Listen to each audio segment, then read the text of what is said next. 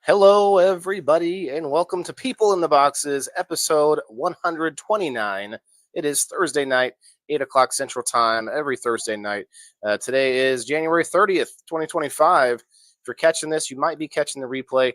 If you do, check out the show. Tell us what you think in the comments. And we're going to play a little intro, 4 minutes and 16 seconds. Almost 420, and we'll be right back. We're going to hit that likes and comments and shares and all that good stuff. If you could help us out with that, really appreciate it, and we'll be right back. Let's go. Cozy room where the lights are dim sits Waylon the farmer with a heart full of whim. He's not tilling fields or sowing seeds, but planting thoughts, fulfilling needs. People in the Boxes, that's the name of the show, where voices unite, let their stories flow. From all walks of life, they come to share their hopes, their dreams, their daily fare.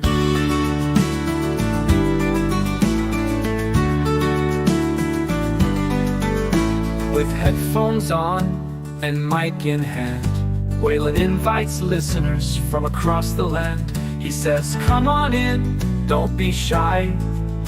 Let's talk about life, let's give it a try. People in the Boxes, dogmies unfold. In this podcast, hearts are bold, breaking down walls with every word. In Waylon's world, everyone's heard. Everyone's heard. From the city slicker to the country lass, every episode a new class, discussing love, work, and everything in between. Waylon's voice, the perfect scene. He cultivates thoughts like crops and rows, his podcast a garden where wisdom grows. No matter the topic, big or small, Waylon's there connecting us all. So tune into People in the Boxes tonight, where every voice shines and every story's right. With Waylon the farmer, indoors we might be, but through this podcast we're all free. This song for Waylon, for bringing us together in a world where we all seek to connect forever. People in the Boxes, tune in, you'll find a community where every voice is intertwined.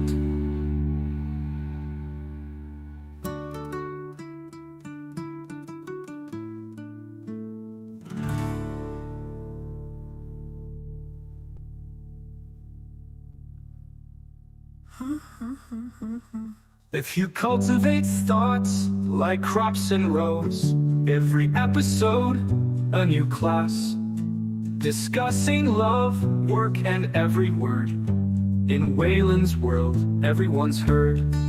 From the city slicker to the country lass, every episode a new class, discussing love, work, and everything in between. Waylon's voice, the perfect scene. From the city slicker to the country lass, every episode a new class, discussing love, work, and everything in between. Waylon's voice, the perfect scene.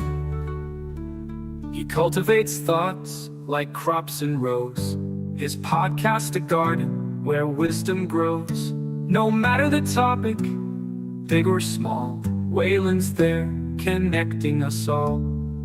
So tune in to People in the Boxes tonight, where every voice shines and every story's right. With Waylon the farmer, indoors we might be, but through this podcast we're all free. This song for Waylon, for bringing us together in a world where we all seek to connect forever. With Waylon the Boxes, tune in, you'll find a community where every voice is intertwined.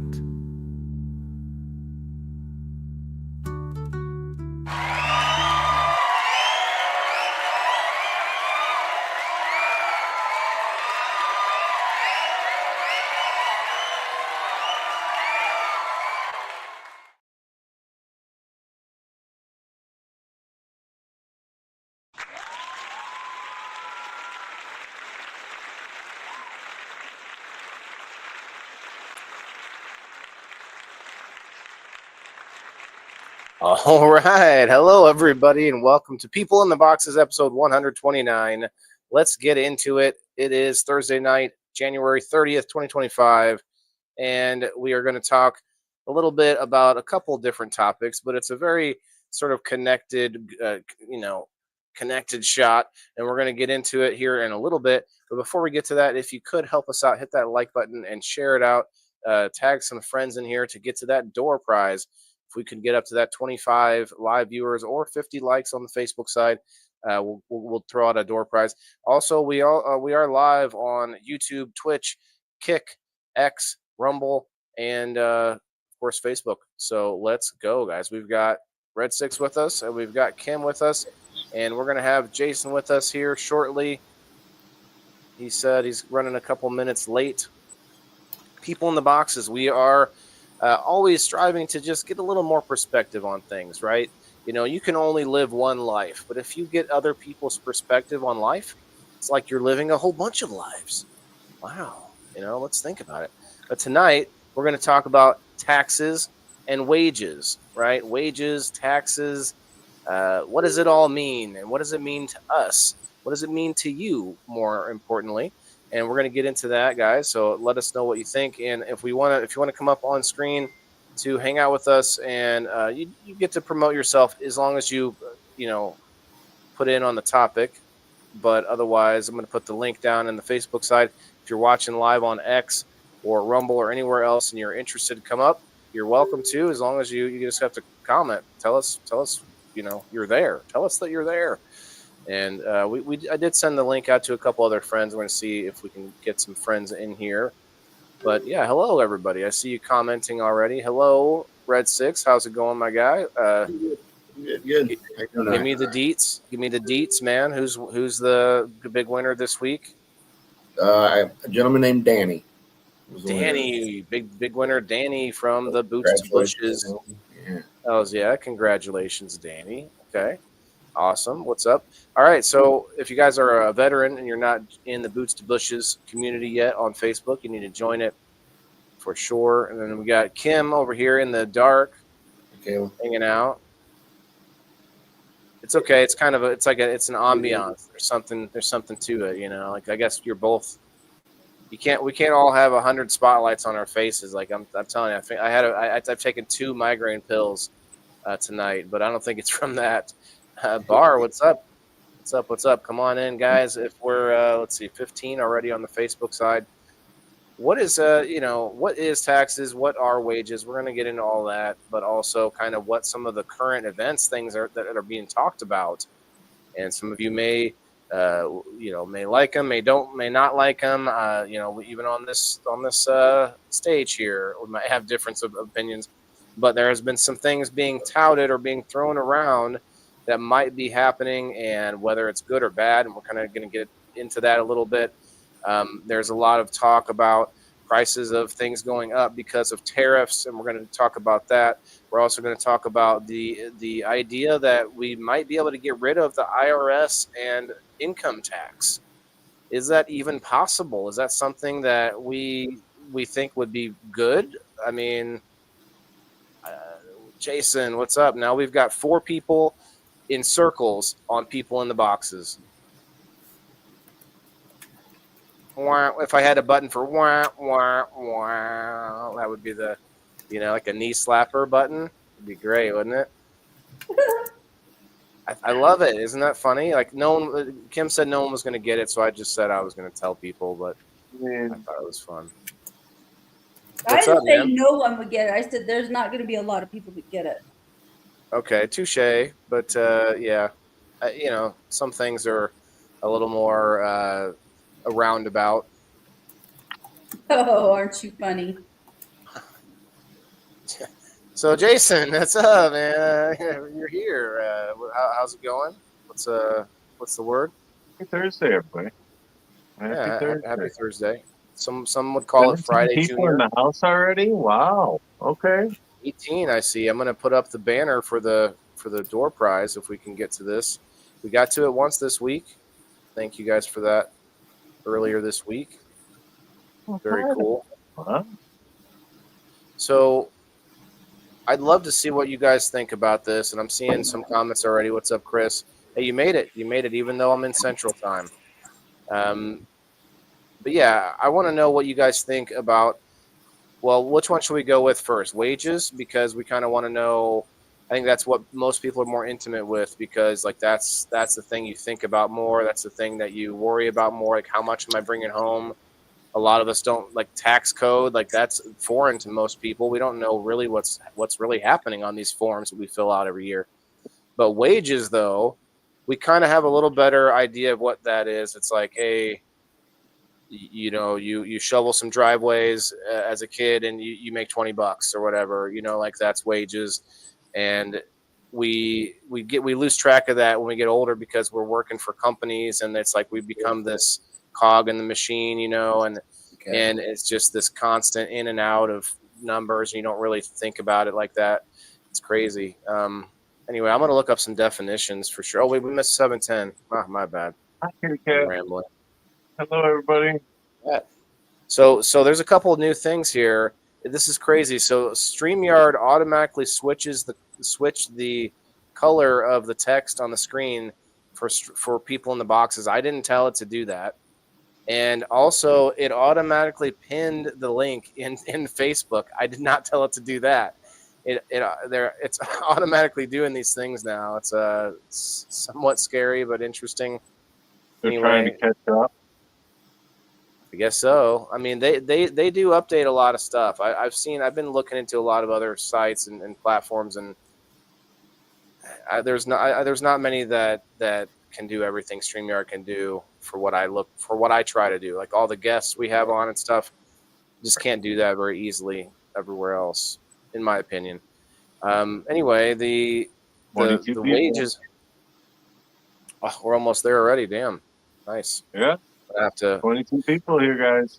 What's going on? If we get there that quick, the next time I'll have to raise I'm going to slowly raise it every time we reach our goal. Lisa May, come on up. Kat, come on up.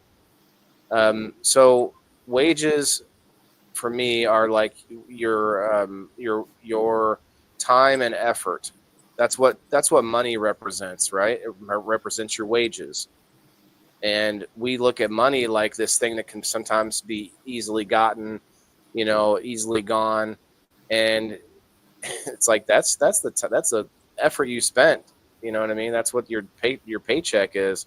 There's very few people that can get around that by having things like generational wealth, or like rich people, like really, really rich people, not just like your average generational wealth, like passing a house on, but like people that never even have to work their whole lives because of their parents are so wealthy, Fed by a silver spoon. Is that what Yes. That is a rarity, and you don't want to be that. Most people like that are assholes. We all agree, probably. Well, I mean, I can't say you all agree, but most people, I've never met there's probably, I don't know, a couple dozen of those, maybe more in this country. Might be a few hundred. I don't think there's that many people that we could point to that's like a Paris Hilton type, where they just literally could just party their whole lives. Like I think there's more than what we know. Maybe. Yeah, I went from a couple dozen to a few hundred. Like, it's probably a few hundred. Yeah. I wouldn't say it's every kid of a millionaire. Go ahead, sorry. Celebrities' children. I mean, look at the college scandals that we had. They were athletes, and they weren't even athletes.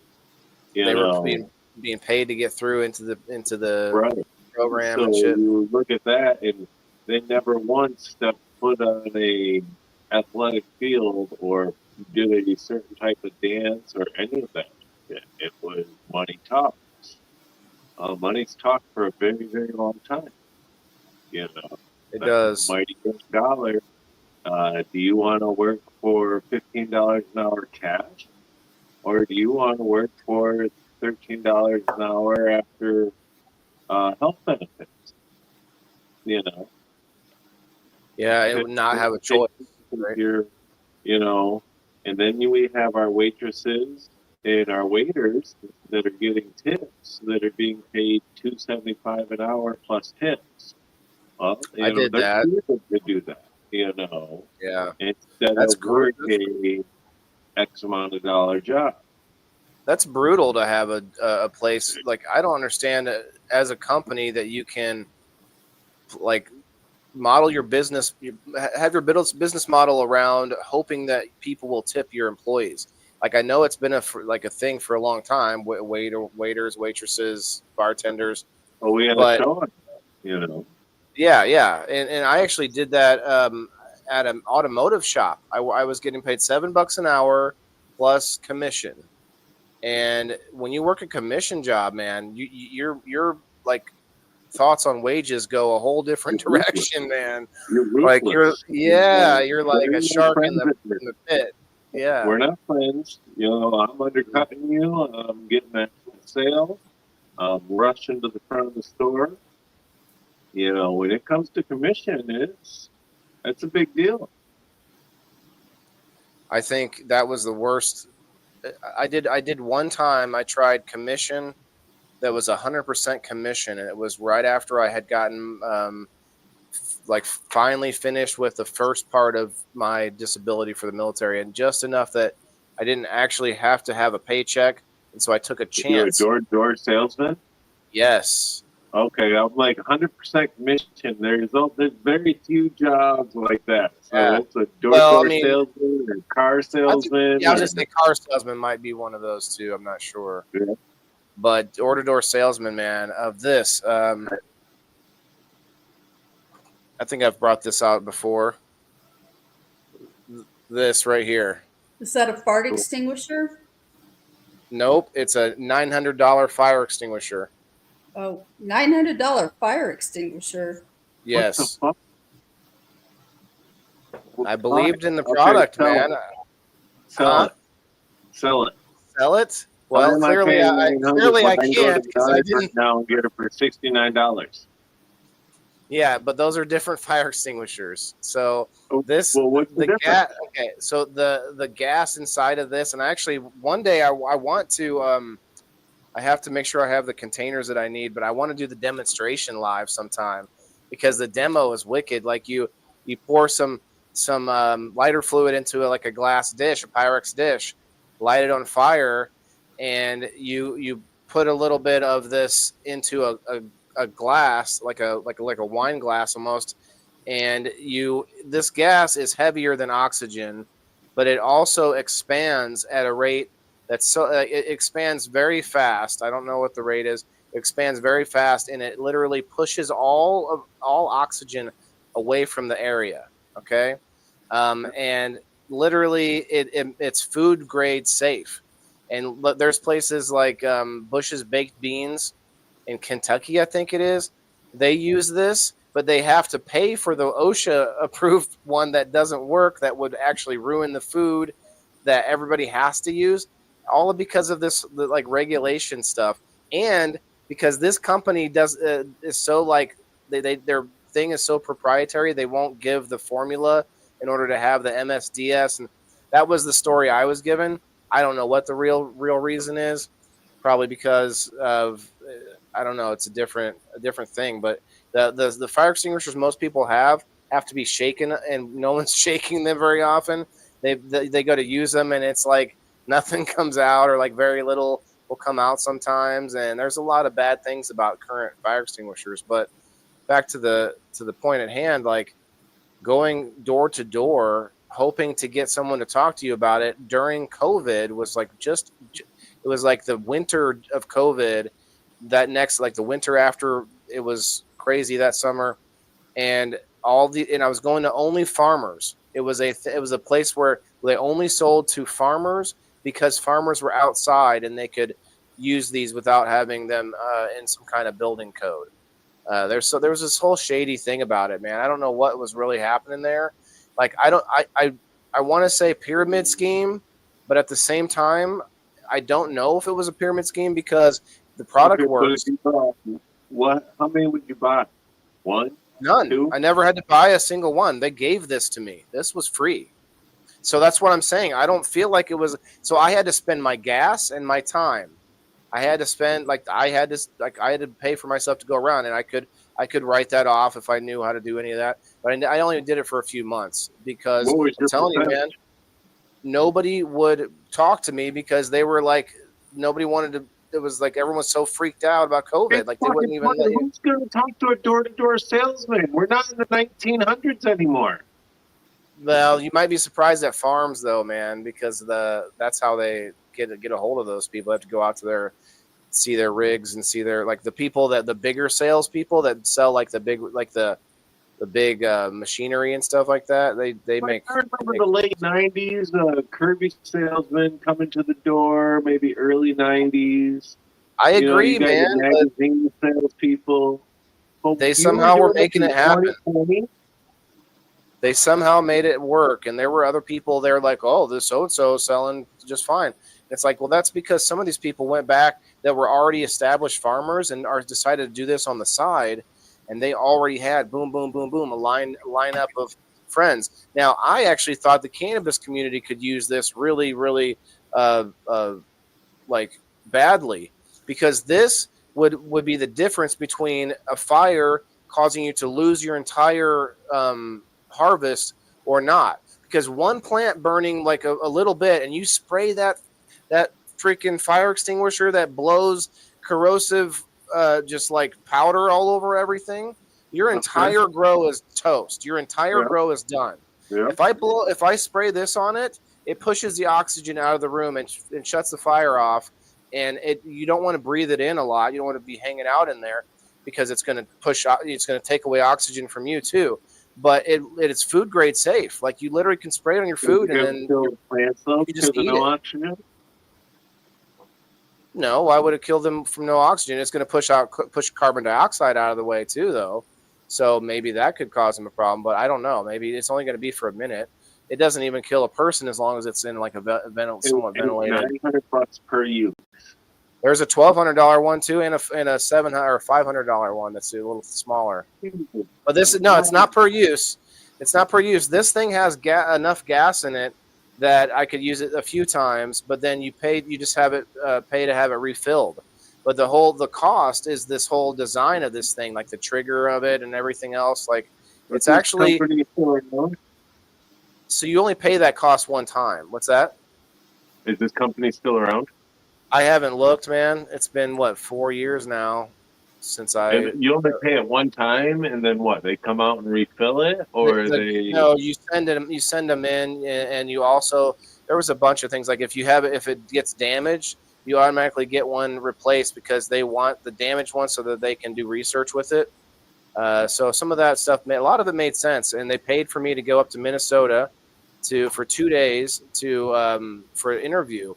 And I immediately thought pyramid scheme because they bring me into this room with 6 other people at a table that we're all getting an interview at the same time. That's a red flag right there. But then listening to it, and I'm like, what? I don't have to buy anything, and and I'm like, well, I have a couple months. You had to buy at least a couple of them. No, actually, I can't believe they gave me one. That's pretty wicked. So that's what I mean. Like, and they also were like made by firefighters, or like that was their big tag because most of the people in their company were ex-firefighters or like volunteer firefighters, or like that was their thing. They wanted, instead of wanting veterans, Red Six people, some companies like want to try to say we're great with veterans, we hire veterans. That's they want to gobble up all the veterans. Well, this company's all about the firefighters. Anyway, we're way off topic. Let me do a dab, and I'm going to stop rambling. I tried to do Reader's Digest door-to-door one time, though. I was trying to do Reader's Digest and encyclopedias. Cheers. It was, I don't remember how much I made. I only made money if I sold a whole set of encyclopedias. Didn't make any money if it was just an individual. And the only people that wanted individuals were the ones that lost one in a series, this or that. But the Reader's Digest, that was, I think it was like $13 I made off of each subscription.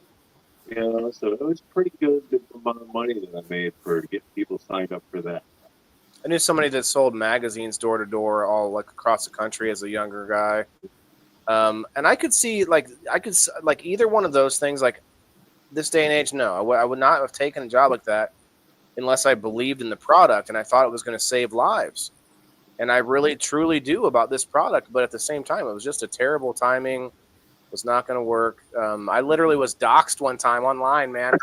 So there's a local town called Hannah City. And there's a Facebook page called Hannah City Happenings. And this guy posts pictures of me. And so I knew someone who lived over there. And so they sent this to me in there because I'm not in that city. So I didn't see it. And someone sends it to me and says, "Hey, is this you?" And the post was like, "Do you know this man?" And it was a pictures of me at his property knocking on his door to to sell him a fire extinguisher. And I went and knocked on his shop because sometimes the farmer's out in the shop. They tell you to go, let's go see if they're in the shop. And so they took pictures of me at the door and stuff. And I commented on this post and I was like, "Oh, hey, Larry or whatever. I don't know what his name was. Hey, I'm just going around the neighborhood talking about this fire extinguisher. If you want to set up an appointment sometime, I can come back." Like, I tried it, right? I tried it. I hit him with it, but no, it wasn't gonna bite on that one. Very good. It was funny, but my only time ever being like, "Oh, look at this man!" Like, So what's the shadiest thing you've ever done for money? work for the U.S. government. I mean, touche. Touche. I used to do a lot of odd jobs when I was a kid. I would do all kinds of, shoveling and mowing and stuff like that. I don't think I've ever done anything shady for money. Like money, I mean, don't get me wrong. I like money. I like to spend it, but it's never been I used to throw dogs in important my enough for neighbor's me yard and to charge use him to my pick it up. ethical values to get it. I would throw dog shit in my neighbor's yard and charge him the next week to pick it up. It was like, "Man, your dog's shitting all the time." Wow, that seems excessive. All the time, because he would pay per pile, and dude, I don't know what's going on. I mean, you see it; it's all right here. And I'd fucking every night be out there throwing more dog shit in his fucking yard. Tell you what, and when I was in my lowest lows, I didn't give two Fs. I was sold weed because I needed to smoke it, and otherwise I was just staring at the wall. And I thought, this is how it starts, and it's a classic. If you don't have any money but you want drugs, you start selling those drugs in order to get said drugs. And so with cannabis, like, it was a thing that so all these people that talk about how much love is in the cannabis community, like, no, motherfuckers, I saw both ends of things. People that want to rip you off when you're just trying to be a nice guy, trying to, here's a front or here's a this or that. Like, I saw that whole ugly side of things. And, happy to say, like, I don't have to do any of that now, but I also have a lot more, things to look forward to, and a lot more things like that would keep me from needing to do or wanting to do things that I don't need to do. So it's just one of those things that I think a lot of people get sucked into. Remember that story? Man, was that on Weeds, or was that a real story of the two old people that were caught growing a whole bunch in California? I think that was on Weeds, but because they were they got sucked into it because they needed some for like Henry's glaucoma or whatever it was, and so then they started growing it, and there you go. Californians are in love with their weed, man. I freaked out when I moved to California. I lived out there for 8 years in the Sacramento area, and like here where I'm from, people, I don't know, just a certain type of people used weed. And, people that were like middle class or affluent kinds of people, if they used any kind of drugs, it was like cocaine, it was higher level stuff. Well, that's inevitable. Yeah, you get started on one thing, then you end up, like, I had people asking for all kinds of things, and I'm like, I would go to the VA and I would get medication from the VA that they were prescribing me that I did not like or didn't enjoy being on. Like, it was just not a good time. Like, these were like antidepressants and Xanax, I think, at one time. And I would just, "What, you want these? Here, how much?" And like, "Here you go." But when I moved out to California, man, like I'd go places, like I'd go to social events or whatever, and people that you would never in a million years think smoked pot would be smoking pot. Like it was really a different world out there. I guess it's a lot like that here too. A lot of people don't want to admit, speak up to it. Just like Well, to these your people point. didn't not speak up to it. It wasn't Oh, I like see. they were hiding it. It's just that it was more socially acceptable out there to use marijuana than it was where I So come don't come to from. Michigan. You pull into Michigan, and that's all you smell. You Yeah, literally smell weed when you cross the border.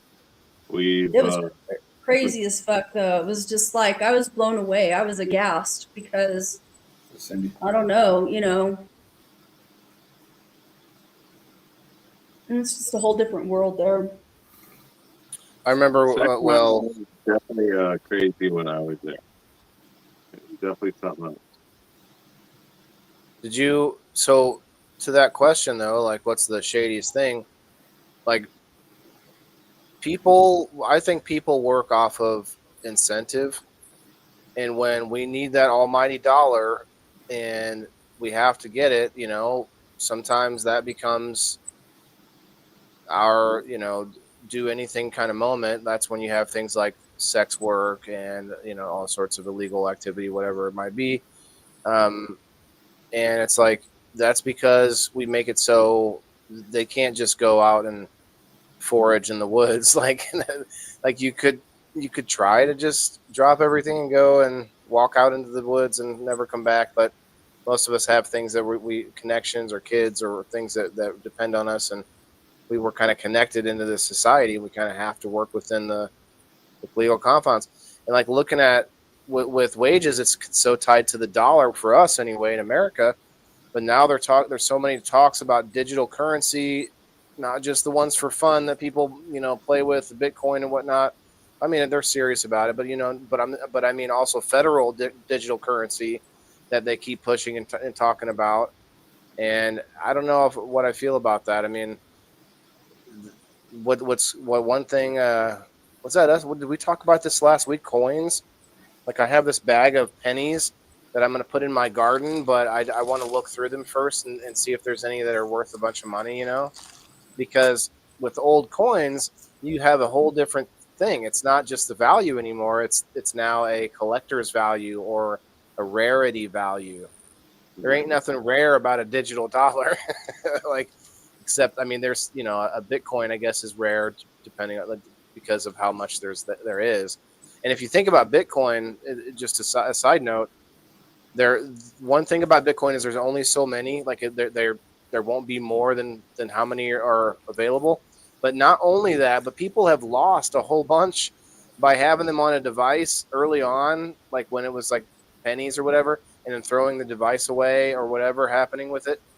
There's a whole bunch of stories out there, people that had like millions and millions of dollars worth of Bitcoin on like an old laptop, and they threw it away, and then the Bitcoin skyrockets after that they find that out. That I've heard it a few times, but I'm just saying that's a rarity, so that makes it valuable, but not like a collectible. You're not gonna, like, you collect it, but it's the same as, like, if I buy a Bitcoin I and think Jason we're buys a still Bitcoin, it's way the same. years away from it.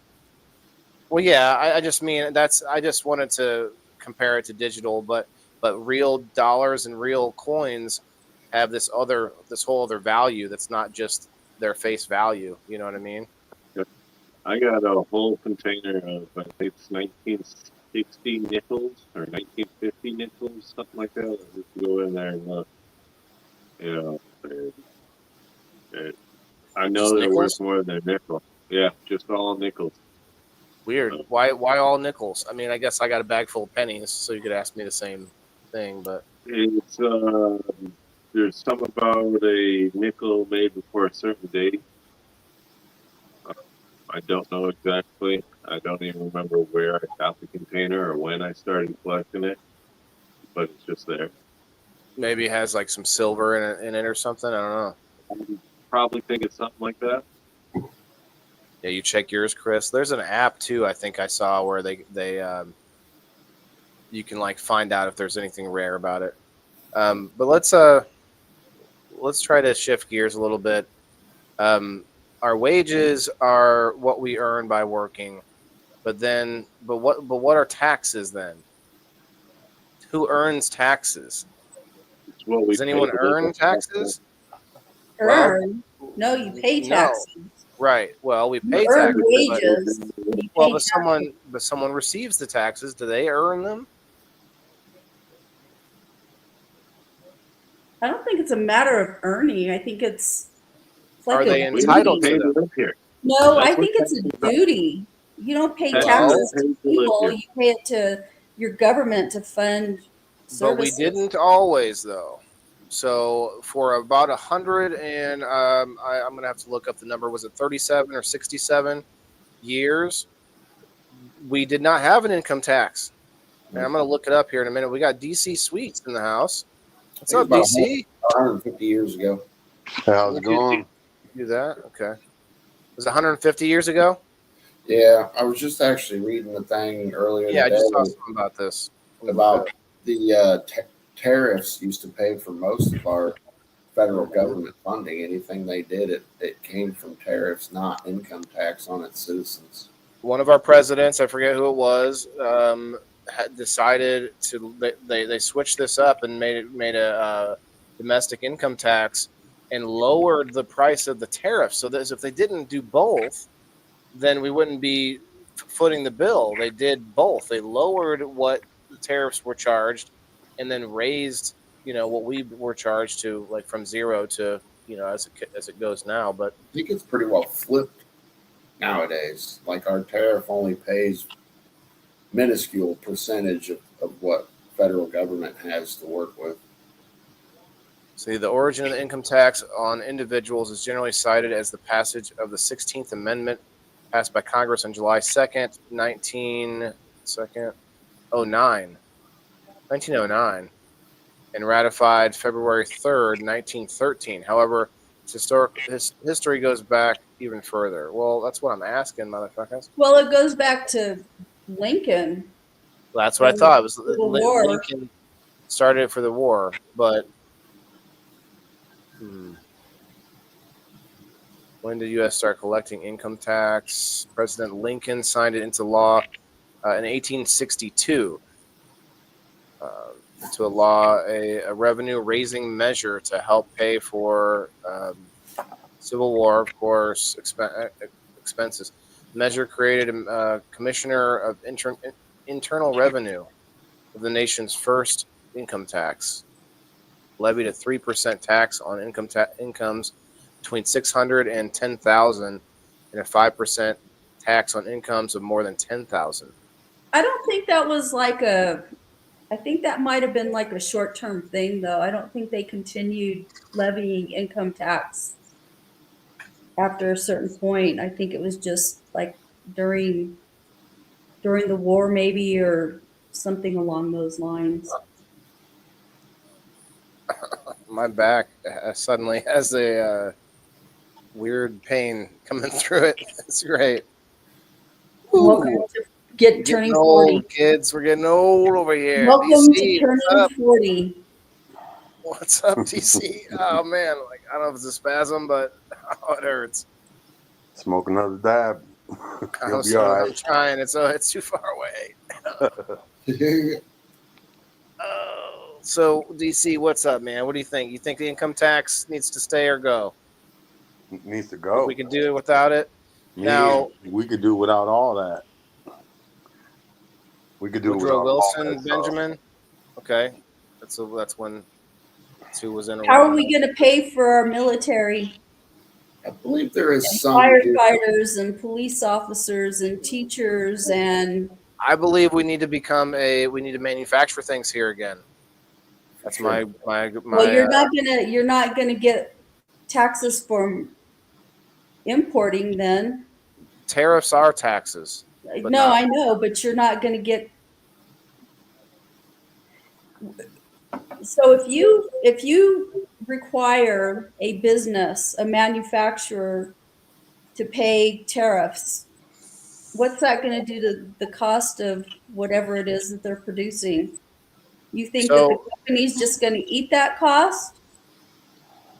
no, so he's offered them cheaper costs and better tax rates if they build factories here and produce here. I So think do that's you smart. think that is There's a going lot to of be feedback, guys. whatever taxes that generates is going to be enough to offset not having to pay income taxes? We got a lot of feedback. DC, I could hear that too. if you're on a phone, maybe just turn the volume down a little bit. Sometimes the vibration of the phone will How's that? that seems better. I didn't even hear what Kim was saying. All I heard was all I could think of was let's figure this out. Sorry, go ahead, Kim. My bad. Well, I said, let's say he offers incentives for American companies to manufacture here. Stay here, yeah.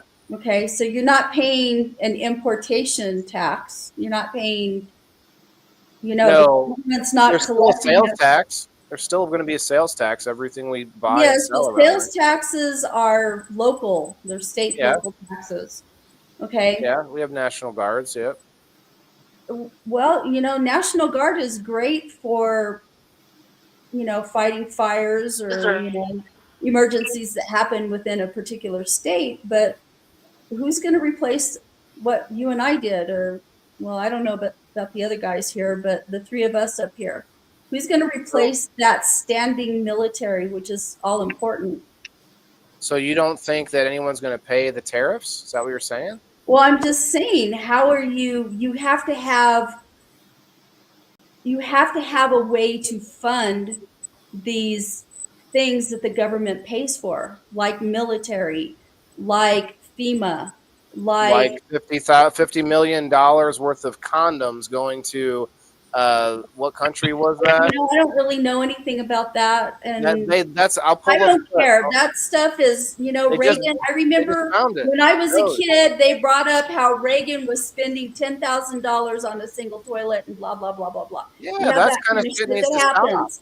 Okay, I agree, but Okay, there we go. that's like few and far between, dude. Like that's Yeah, not they're a finding a common lot of it. everyday thing. I'm talking about who is going to fund our military, who's going to fund our schools, who's going to fund, what else do they pay for? Police.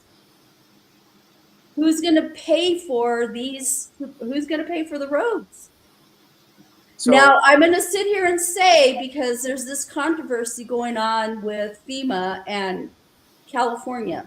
Okay, Trump's got a hard on for some reason for California. He had it during his first administration where he didn't want to pay for the forest fires, whatever. Okay, whatever the reason is, I don't care. That's not the thing. California will overcome the forest fires. California is probably one of the few states, because they have an economy. They have a humongous economy there that could stand alone on itself. they're thinking about doing it. There's a story for I that. know they are, and I don't blame them, because it's some of this bullshit is bullshit. Mm-hmm. But they're coming in. The federal government right now is blustering about paying for FEMA for California. California can get away with that shit. Can Illinois? I know New Mexico cannot. We're a very poor state. We need the federal assistance that our government gives us here. Yeah, but look at North We Carolina. need Sandia Laboratories. We need what's that other place up there? We need all of these military government contractors that are in this state in order to survive. Because New Mexico is a very, very rural state. We have a very small population. We have a lot of challenges. We don't generate enough money here from industry to survive like a place like California or even Texas. Okay, so you take away that tax base, and who's going to pay for all this shit? So you don't have any goods at all in that state. You don't make goods. We do, but it's not. I'm telling you, it's mostly desert. It's just not a state that's conducive to industry. It just isn't. A lot of the land that is held here is Native American land. It's tribal land. I mean, you would still be part of the union, and I think that we did this for a long time without it. So I mean, that would be how everything gets paid for. The answer is in history. The answer is exactly Not how New we did it Mexico. before. Not New Mexico. There are states that do not. When all of this stuff, like prior to the Civil Wars, New Mexico didn't become a state until 1912. So, there's a lot of things that have changed over time. There's so many things that are different. You cannot survive. Most states cannot survive without the federal government. Yeah, I mean, There's law. I think you bring up a good point, but I also think that America exports a lot of our uh, personality, our entertainment, our you know And where is the majority of ideas. that entertainment coming out of? Sure as shit isn't coming out of New Mexico. It's not really coming out of California anymore either. The majority of it has always come out of California. It's the Yeah, biggest but that's changing entertainment. now. Well, it Tennessee, may very Texas. well be changing, but whatever. So I get it, but my point is, like, we have a lot of stuff that we export that we before we even ramp up our manufacturing again. But right now, people from the world want things that are American, and I think if our companies that already were incentivized to build elsewhere overseas because of how much cheaper the slave labor is over there, and they literally can ship, material overseas, pay for it to ship over there to get manufactured to ship all the way back, and it's still cheaper because of this unbalanced tariff system that we're paying all this money and no one and they're not paying us, and this back and forth between other countries. I think it's damn time. I don't know, that doesn't make sense. I think it's time that we stand up for ourselves a little bit on the world stage and even this out a little bit. If they want our shit so bad, or if our companies that started here are building elsewhere, that's a problem. We have to figure out how to reverse that. And I think one good reason for him to incentivize them to build here is because then we would be manufacturing here, exporting more goods, making more money on the world stage. Because how do we make money? We sell goods to other countries. Like, that's, well, us paying. we do export stuff. I mean, I'm Yeah, not. but we're going to ramp it up. Ramp it up. But Do it. Let's build more. well, yeah. But the thing is that I don't know. That's going to encourage these even more big conglomerates and stuff like that take over and choke out the small guy and whatever. I don't know. Plus we don't, how long is it going to take to rebuild the infrastructure where we've got industry again? I don't know, and I think Well, I you have do a know valid it's point. not something that's going to happen overnight. We're talking Well, we've got a lot of at least 10 years. we have infrastructure here that can be turned around a little bit. And I think there's a lot of ways where we can improve what we have now before we have to worry about a lot of new infrastructure. But I agree that there's going to be some question marks. But Well, I feel like one of the things that really bothers me about all of this outsourcing that they've done, these countries that are producing, the stuff that we buy, it's not American made so much anymore, so expensive to speak. labor. Yeah. Well, not, yeah, there's the labor, but the thing that bothers me about it is two things. When I go to Walmart and I buy a package of meat, I'm dubious what the fuck I'm getting because I know some of their meat, some of that stuff is coming out of China. So I'm dubious about what the hell I'm buying meat wise. Okay, in the first place. And in the second place, I think the pandemic was a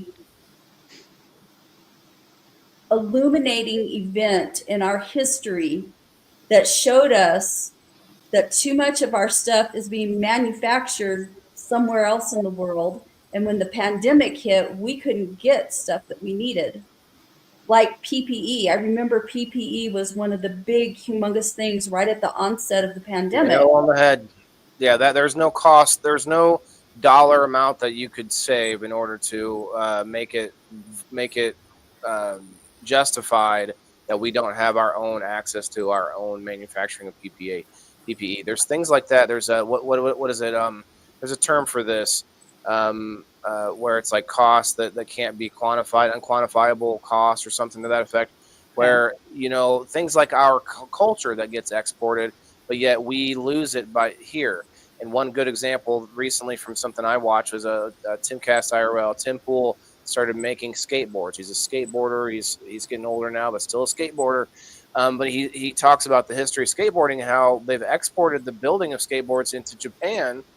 And now our young people, there's no sort of culture around the cool skateboarders and the people in the business and all this and that. And there's no culture around that. So basically the whole culture of skateboarding is dying here, but it's thriving in Japan because what happened? The manufacturers exported it to Japan and exported like the building of the boards. And so whenever you're building those boards, what happens? All the people building them in the factory, they have competitions to get things exciting. They do all these like local things to sell those boards that they're making right there.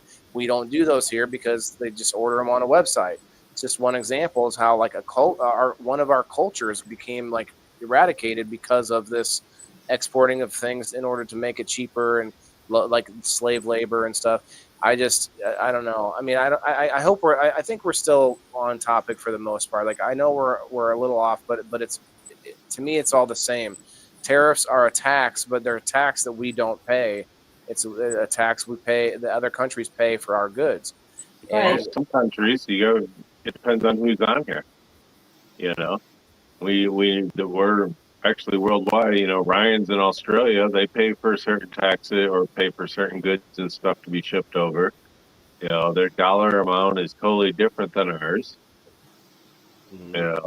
Even in Canada, it's certain goods crossing the borders.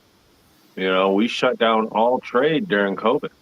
All trade. There was nothing going back and forth from Canada. Yep. Not even people There couldn't was even go nothing going back and forth from anywhere because people were fucking dying and you didn't have enough workers to do anything because a lot of people were very, very sick. I'm right here in Jackson, which is about an hour and 40 minutes from Canada. Hour and 45 minutes, and they shut down the bridge. It didn't matter if you worked in Canada or worked here in Detroit and lived in the other, because a lot of people do. They did the same thing in Mexico. Done. So, and it was shut both ways because the Mexican government was like, you keep your shit over there, and the American government was like, you keep your shit over there. So everything was shut down.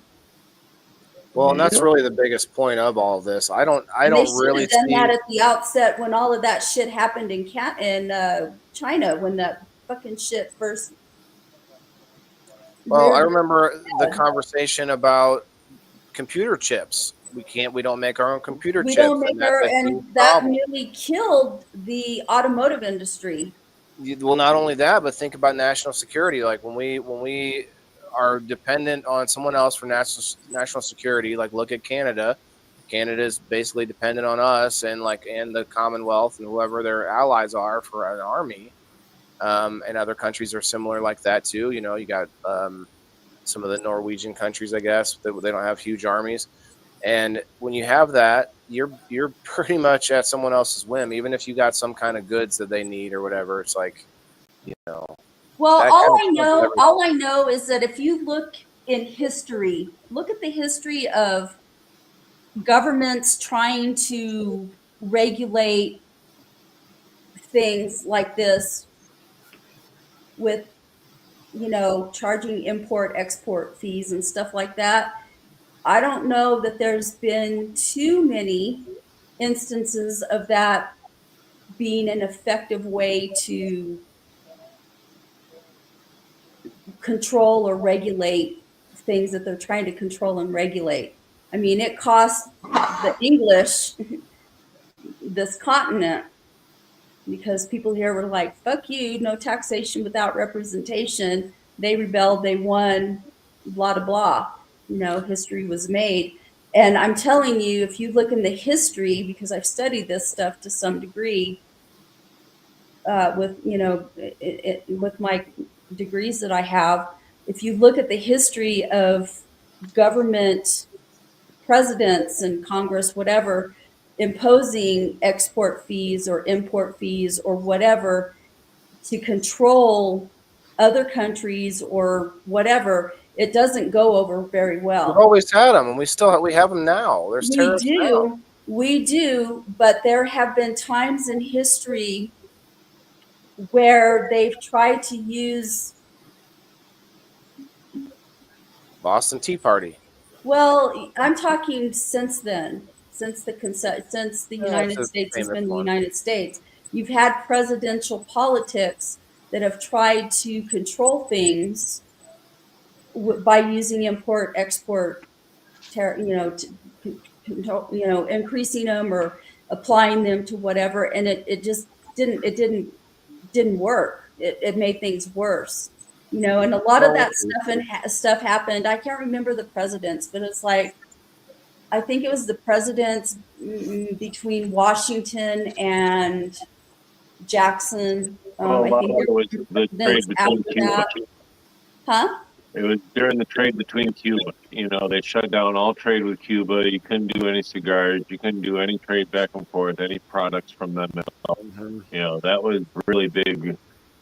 Where we at 60s, 70s, somewhere around there.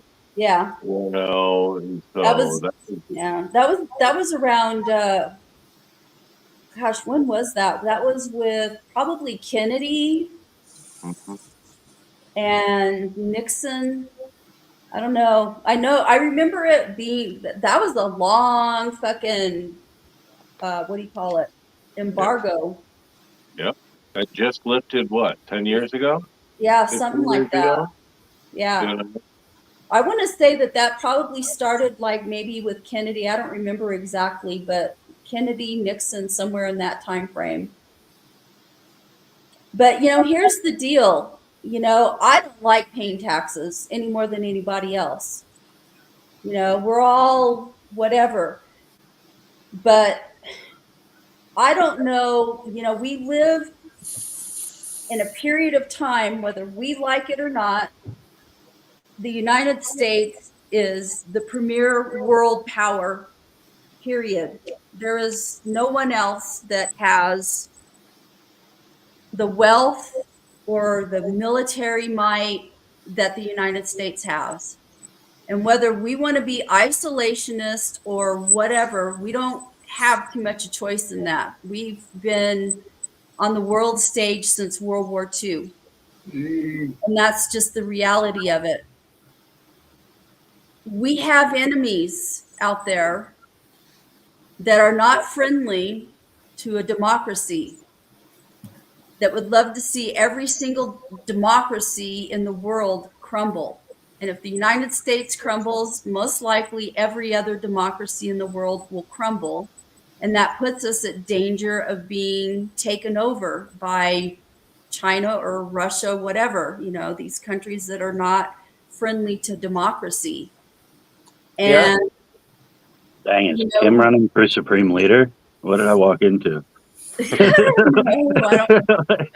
I don't, think he's warning against the dangers of being a isolationist type of a I country. think that there are things that appeal to me about being an isolationist.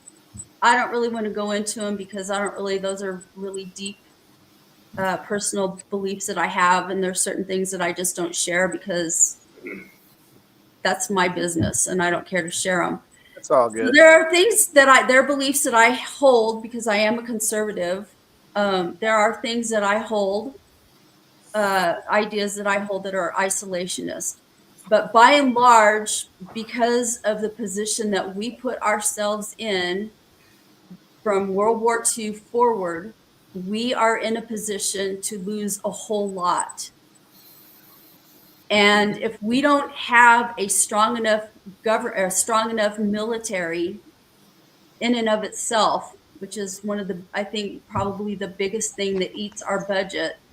If we do not maintain our military and, whatever, China or Russia is going to come in here and we're going to be speaking a different language and have a whole different lifestyle. I mean, you're not wrong, Kim, but there's actually some arguments here that actually, I think, I don't know if it's good or bad, but this thought that we're going to be replacing our military with drones that are cheaply made, cheaply replicating. You will never, eventually ever drones that be able make to themselves fully replace the human being. I love drones. I think they're amazing. in warfare, though. It might I be think drones that versus drones. robot technology, I think that they're going to start, because the Chinese are already doing it. There's things that people are doing behind the scenes that we have very little inkling about what goes on behind the scenes.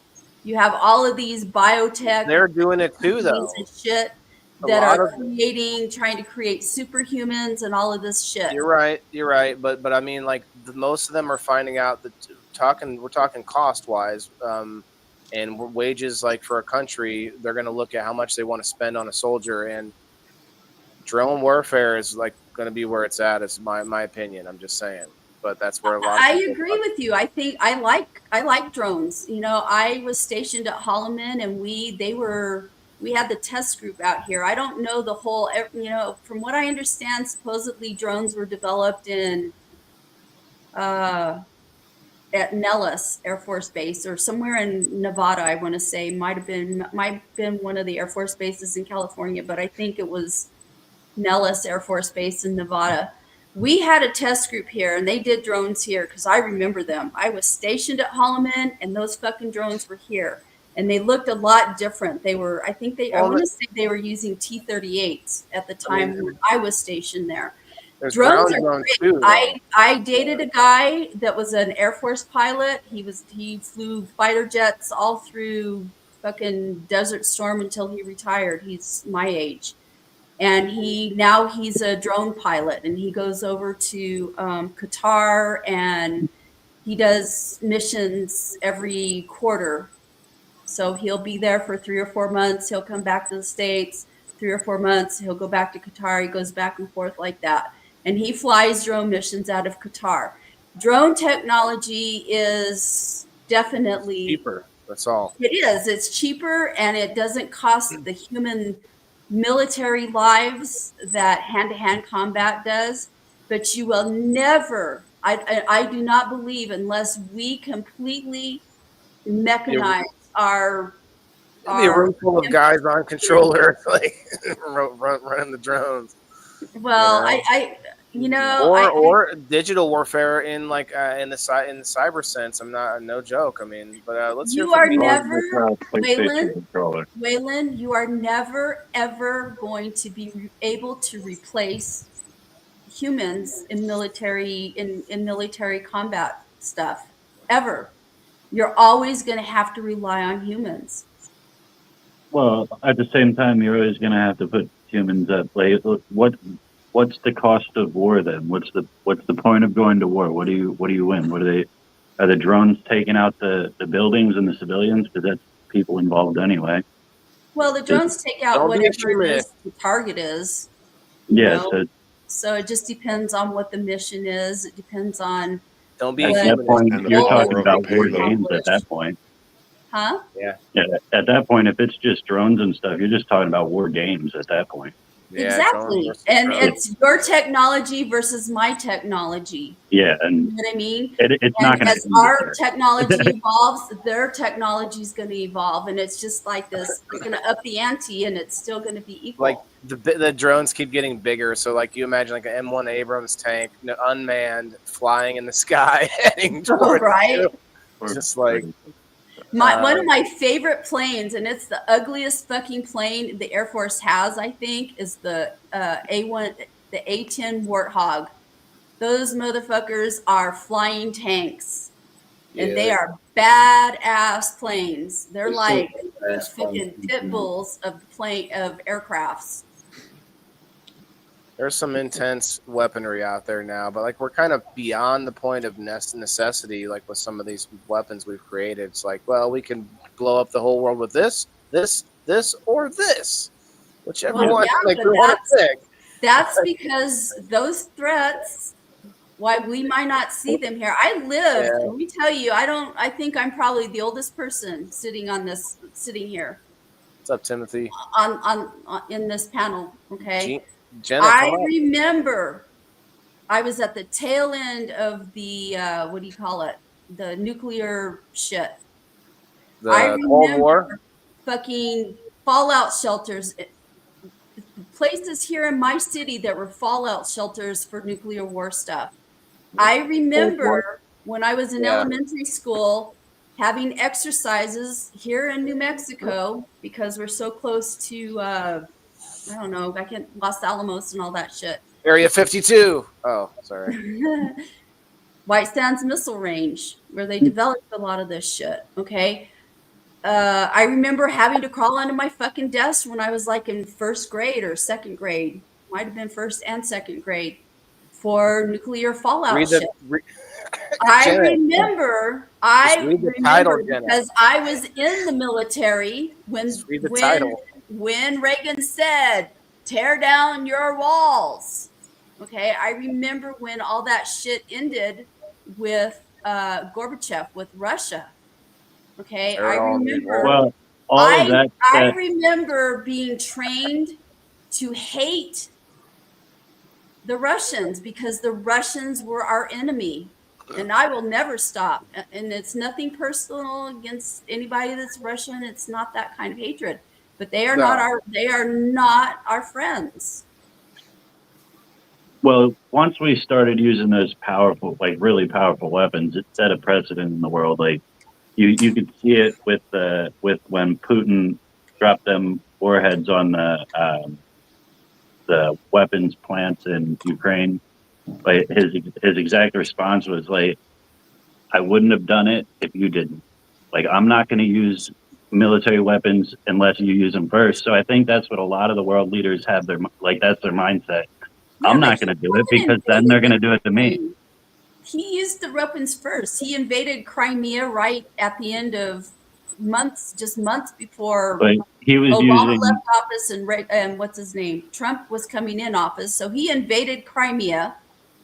Using standard warfare, though. I'm talking about when they want to use more advanced weaponry. They think twice about it because they're like, hold on, if I use it, they're going to use it on me. Well, they're going to up the ante because he's a megalomaniac. I mean, not saying like it's a good thing. I'm just saying like using that for an example. Like his thing was like, I used it because you did. Like, well, I remember because I was a kid and I grew up and I was in the military at the time during Reagan's second presidency or second term. I remember that red button or whatever the hell it was that they had for launching fucking nukes. And that was a real threat. And they both had it. Russia had it and the United States had it. But they're both thinking if I push it, he's pushing it. So it holds them both back. And I think that's the same thing as the technology gets better and weaponry gets better, they're going to be a little hesitant to use it. Well, now it's just fifth generational warfare, which is propaganda and online, like a barrage of memes, or somebody. All they have to do is hack Facebook, TikTok. Well, they did that. They did that during the lead up to Trump's presidency. There was a lot of misinformation that was put out and stuff like that, and. People sit there and say, oh, that didn't affect me. It's like, motherfucker, it did. And you don't realize it because it's very, very subtle. This screen comes up one day. It's like, in order to get your account back, you must come to this address. And everyone's just y'all are missing a lot in the comments. I just got to say, I'm reading a lot of them right now, but I do got to jump out of here, guys. It was great seeing y'all again. So love y'all, and I will talk to you guys. Nice to see you. Good night, man. But the fact of the matter is that taxes pay for that. taxes pay to keep us safe and to keep, things at bay. And whether you agree with the fact that we're over there supporting the Ukraine with But whatever, taxes are paying for that. they are, and they're, in my opinion, having been in the military and just having the particular kind of education that I have, we need them. We need to be doing that, because if We need Ukraine Ukraine. huh? We need Ukraine.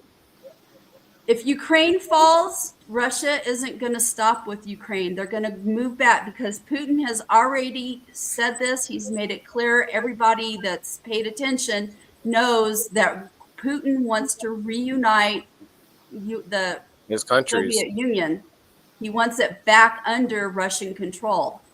And he's a Right. megalomaniac, so he is not going to stop with Ukraine. And that's why, Poland, Lithuania, all those countries that were former Soviet bloc countries are terrified that Ukraine is going to fall, because that is Putin's intention. Well, from my understanding, he gave the UN some ultimatums. Don't push this border or that border. This was years ago, before Trump, and the UN has just been continuously egging him on and doing different things, like taking away his only dry land port or whatever it was. I might be saying that wrong. Something to do with one of his the dry land port, meaning to get goods down into Europe or something to that effect. I When think was that was that? the last I don't straw. really follow Russian politics a whole lot, so I'm not really big on international relations. I don't When know did what year, but it was within the last 10 years where that's when he decided to make a move on Crimea, was because that is the land bridge that he can use to get to, Well, I do know that whatever it is. he's had a lot of sanctions imposed on him for Yeah, different things. I they kept don't. poking him. They kept messing with him like that. Like, Well, yeah, but he kept doing. I'm sure that he was probably doing stuff that. he had I'm to sure be. that he wasn't Yeah, just I'm some sure he was doing innocent something. bystander Yeah, reviewing and said, exactly. "Hey, let's fuck with Putin because this dude's got nuclear weapons and he's going to shoot at us." No, I think I'm sure that some there was people wanted the stuff. war. I think Well, no, I think the just forever like you war. said, when you were a kid, Russians were painted out to be the villain. Just like when I was a kid, Arabs were painted out to be the villain. Like everything, every movie, every show, everything for that period of time, it was that demographic of people. So that when you grow up, you look at a certain demographic of people and think they must be up to no good. Yeah, every person, Well, every with my bad dad, guy it was in it, every with my 80s dad. It movie. was the Japanese. My dad fought in World War II in the Navy. My dad was a very peaceable, very fair-minded, very even-keeled, even-tempered kind of a person.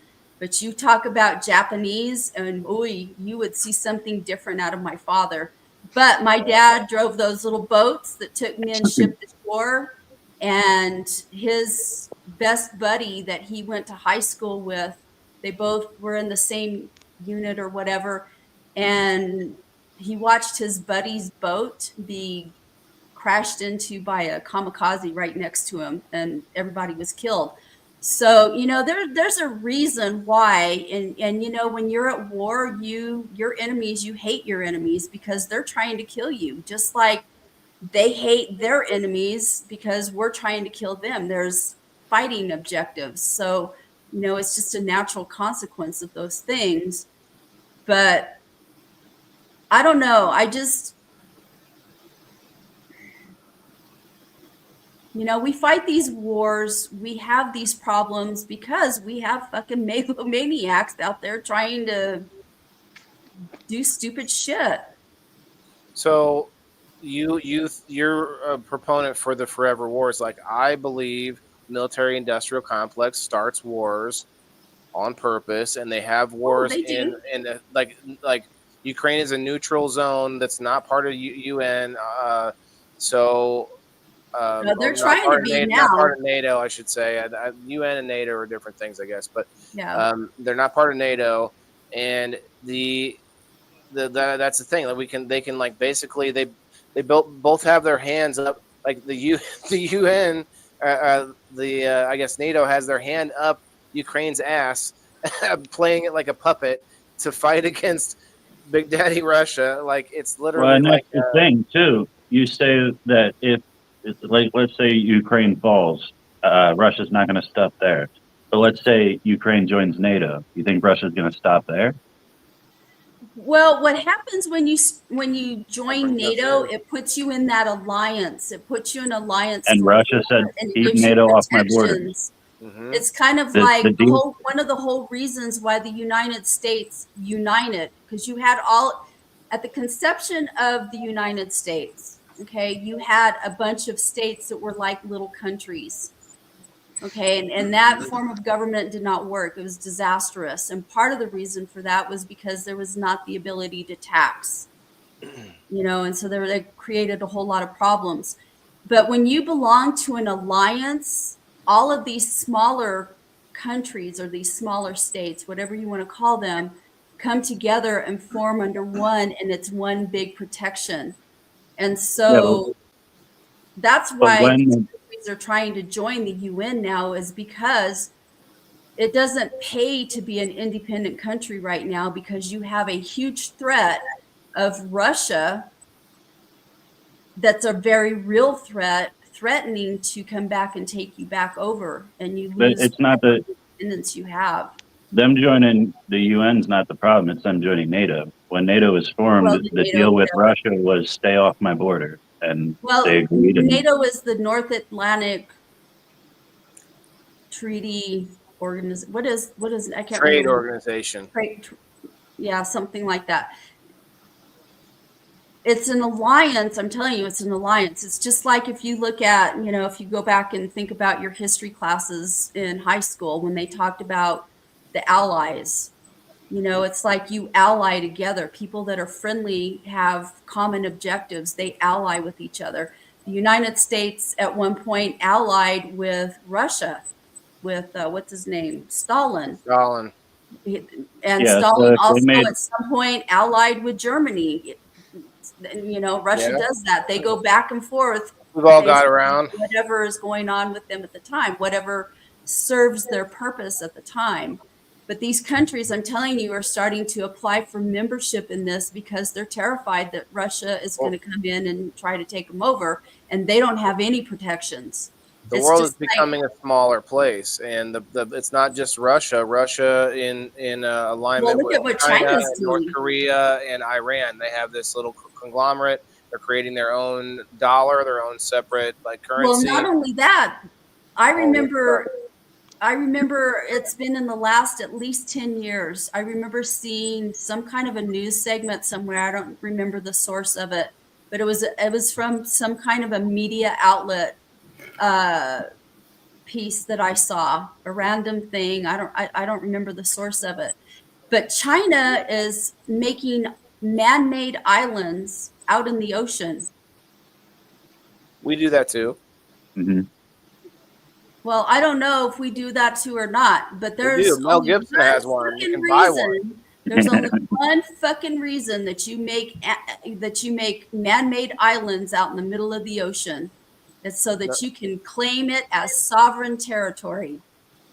And that's pretty Yeah, scary when people start doing that.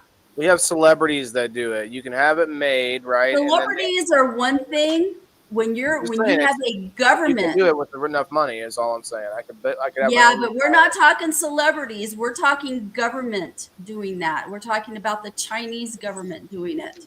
Yeah, you can't tax the ocean, but you could tax a populated island. Yeah, and you can use it. You can create a piece of land wherever and claim it as your sovereign territory. This land belongs to China or what whatever benefit do country they get? creates it. But And what then they benefit can do they get out of build it that? big enough where they can start, parking their naval ships or, landing strips for, military airports or, whatever purpose. I don't know what their purpose for doing things is, but they're doing that. And they've been doing that for a while. That would be the only real benefit I would see out of it, is like using it as military placement. Staging zones, yeah. Yeah, Well, because and they don't then even you have enough couple that, population to fill the land that they have. Like, and you couple that with the fact that they're coming over here buying a lot of our land here in the United States.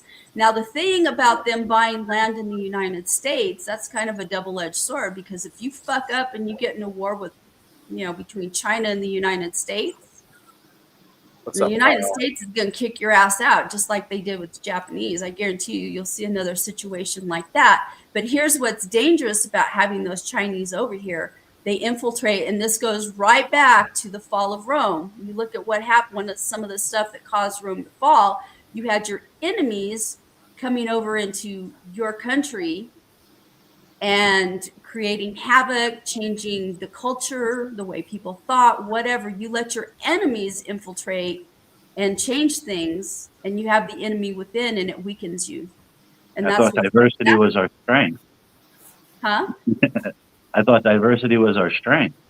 No, bitch, strength is our strength. Well, diversity is a strength, but not when you are overwhelmed with something that changes the culture of your country.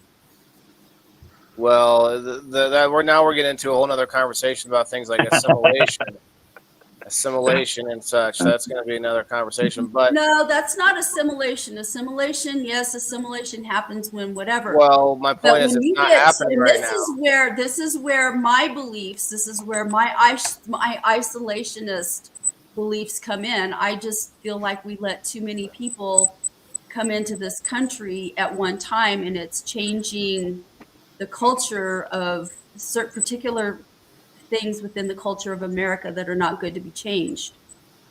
I We're think we're letting in going a to need a lot bigger of boat. people that are coming in from socialist countries that are used to those kind of governments and stuff like that, that don't have those traditions of what created the United States in the first place.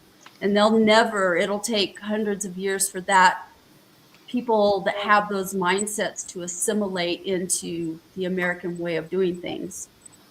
So Wait, can we get a fucking American flag up on the screen? Come on, man. now. To be American, at least I know I'm free to pay my taxes. Okay. I woke Red 6 up on that one. well, Waylon, those taxes pay for your disability.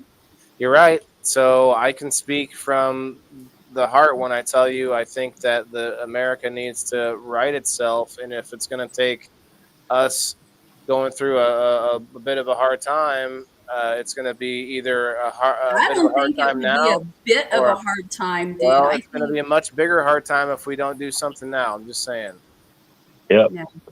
Well, It's I going to don't be know. worse. It's only going to get worse. Agree or disagree?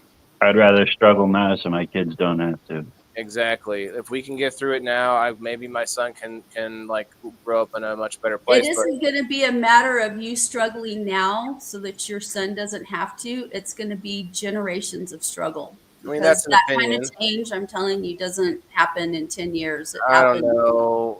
generations. So, I'm Kim, telling you, do you think the bloat and the overspending is good that we do right now?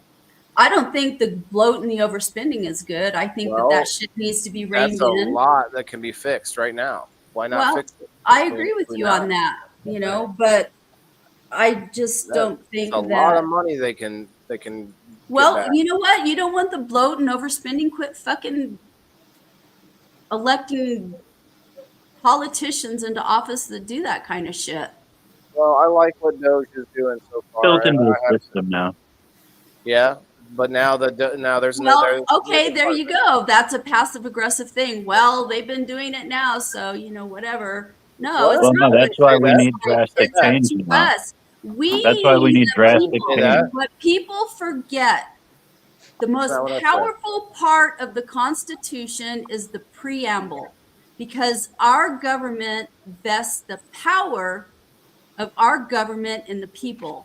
And our power comes from voting these motherfuckers into office. But we Yeah. keep voting our self-interest instead of Yeah, what's so good for the country. We vote our selfish, greedy self-interest into office, and we get what we get. Yeah, and I think it's gonna get better now. Well, I don't know. I don't agree with you on that, but whatever. That's the crux of the issue there. I think a lot of what they are doing, meaning not just Trump, but this conglomerate of basically former Democrats now that are in the, so it's Democrats fighting against Democrats now in the government. But yeah, I mean, you don't think that I know you don't like Elon either, so you're not gonna see on, but like with RFK calling out the whole panel today on all the money they get from big pharma in order to screw us and to make us unhealthy. Like, imagine a healthy America that pays its bills and freaking eats its vegetables and shit. Like, imagine You this. know what? I am older than all of you guys here.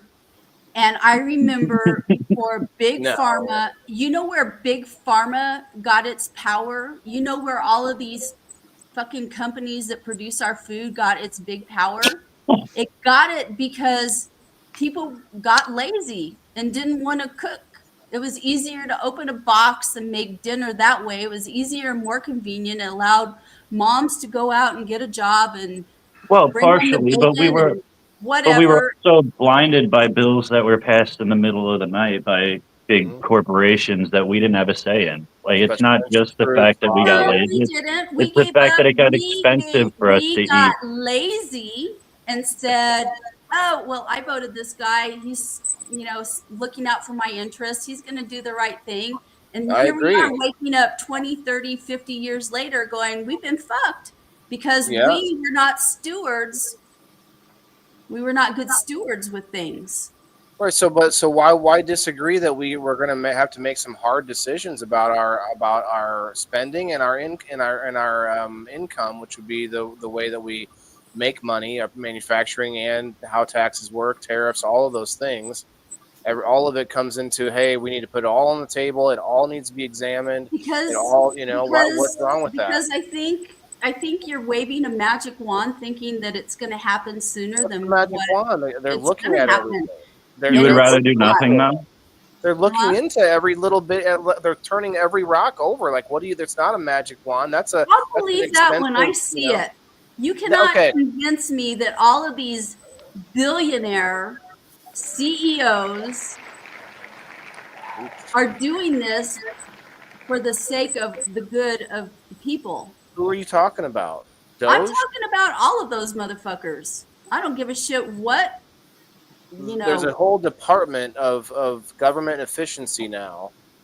That's what I'm talking about, is that they're going through the line items of everything the government's spending money on and finding all of these crazy things. And I'm going to pull it up right now after I congratulate number 18 on the subscriber wheel. I'm not sure who that is. I'll find it in a second, but I'm going to pull this up as well. I'm just, Um, I'll believe it when I see it. I'll believe it when it's equally applied to every single politician that's involved in our government, every That, single well, CEO that's but that's involved in unfair. whatever. It's like, Well, I don't that's trust part of the any of these problem, though. motherfuckers. I don't But trust that's any part of the of them. problem with what you're saying, though, is that yeah, we're supposed to vote these people in, but when the system is so crooked and it's okay for no matter what side of the aisle on they're doing it, they're signing bills without us knowing what's going on, with writing things in them that don't have anything to do with the bill that's supposedly being passed and all this stuff. Next thing you know, you have regulation and stuff that we didn't actually ask for. How do you vote for something when it's just built into the system? You need to break the system. You need people to go in there and say, this shit ain't fucking right, and hold people accountable. You know who's supposed to so do that? We are. that's what they're doing. That's what this But that's what is. I'm saying. Like, So, then we need to put people in there that can do that, and that's what these people are saying they're going to do. So, like, if nobody else is saying they're going to do it, and these people are saying, hey, we're going to give it a try, I'd rather give it a try.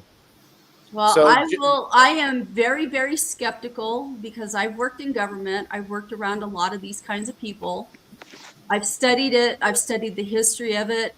And, I have a background in psychology and I know how people work. I'm very, very skeptical. And it's very, I don't know. We'll see. I'm not going to so say that some of it may not be good or, whatever, but I am a very, very skeptical person. I Well, am okay, very but you can skeptical. say I'm skeptical too. So Kim, you're putting me in a position, and maybe Bean too. I don't want to speak for Bean, but you're putting me in a position to defend it when I'm going to be just as skeptical, but I am going to back something that at least on its face is in the direction I want things to go. Whether or not I think it will actually happen is another story.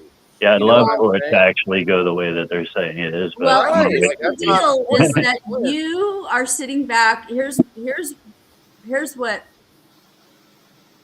what most people are going to do. Most people are going to say, okay, I voted this person into office, and they say that they're going to do this, and they're giving us they're showing us, they're dragging all these people out that say that. Okay, well, when I see the proof in the pudding, then I'll believe it. Okay, I mean, I don't. I feel like you're coming from a perspective of where you are assuming that nothing good's going to happen, so you're going to be looking for that. But look at this here. So I'm there's a not couple of accepting a examples. damn thing at face value. It's like I'll believe it when I see it. Okay, well, I hope that I'm going to say that I hope everything that helps to turn the country around happens, and if we can make it put a smile on your face because of it one day, that's great. But look at a couple of these examples here. There's a press conference here from what's the new press lady? I forget her name here, but the they found $37 million was about to go out to the WHO, about to leave the doors and go to the WHO when we just left that. Excuse me, organization. And then not only that, but they also found 45 million in DEI scholarships to Burma in Southeast Asia. So, look, I mean, I get it. There's probably some great kids there that need these scholarships, but I mean, $45 million. Like, is that something we could maybe hold back on when we owe so much money or we have so much of a debt? There's another one that's a $50 million. Joe Orzel brought it up, and I saw it myself. Oh, here it is. During this pause, Doge and OMB found that there were about to be $50 million in taxpayer dollars that went out the door to fund condoms in Gaza. The fuck? Condoms. And someone did the math on this, Kim. That means Wow. each man would get like 400 condoms, unless the condoms were somehow like these expensive condoms. And there was even a video showing people using condoms, filling them with helium and using them to like float over, they could actually be used for some nefarious purposes. But it's just something that's insane. $50 million for condoms in Gaza. Like they looked at the number of Gazans. There's like, They be fucking. yeah, there's only like a He's couple talking about thousand. the World Health Organization. No, that was the Chris. 37 million. The 37 million. Oh, sorry, Chris. Yeah, the Who, not the band. Come on, Chris. Chris, you're just yanking my chain. Those are three examples just found recently, and they just got in. They just started. They just began unraveling any number of things that we might find out of all this. So I for one hope that at least some light gets shined on things. Like for instance, with the RFK hearings, I talked about it last night. Actually, no, I didn't talk about this. I talked about a moment that he didn't look so good, and we actually showed the video and everything. I showed that side of things, but now today I saw a moment where Bernie Sanders is like yelling at him and trying to speak over him because RFK can't speak as clearly as easily as other people, and then RFK comes back with basically every member on this panel takes millions of dollars from big pharma, and then Bernie just had to like la la la la la la like try to stop him from talking at that point. Man, it was such a crazy clip. But that kind of stuff alone tells you that we can clear up some of that stuff by unearthing and just shining a light on some of this stuff. Whether or not you think any of these people are competent, they're at least bringing this stuff to the light. I like that RFK is bringing the health conversation to the forefront in politics that makes things maybe actually make a difference. But I'm not saying I'm optimistic. That doesn't mean that I'm going to just accept anything. What I mean when I say face value is like, well, if I agree with what they say on face value, then I'm going to be for it.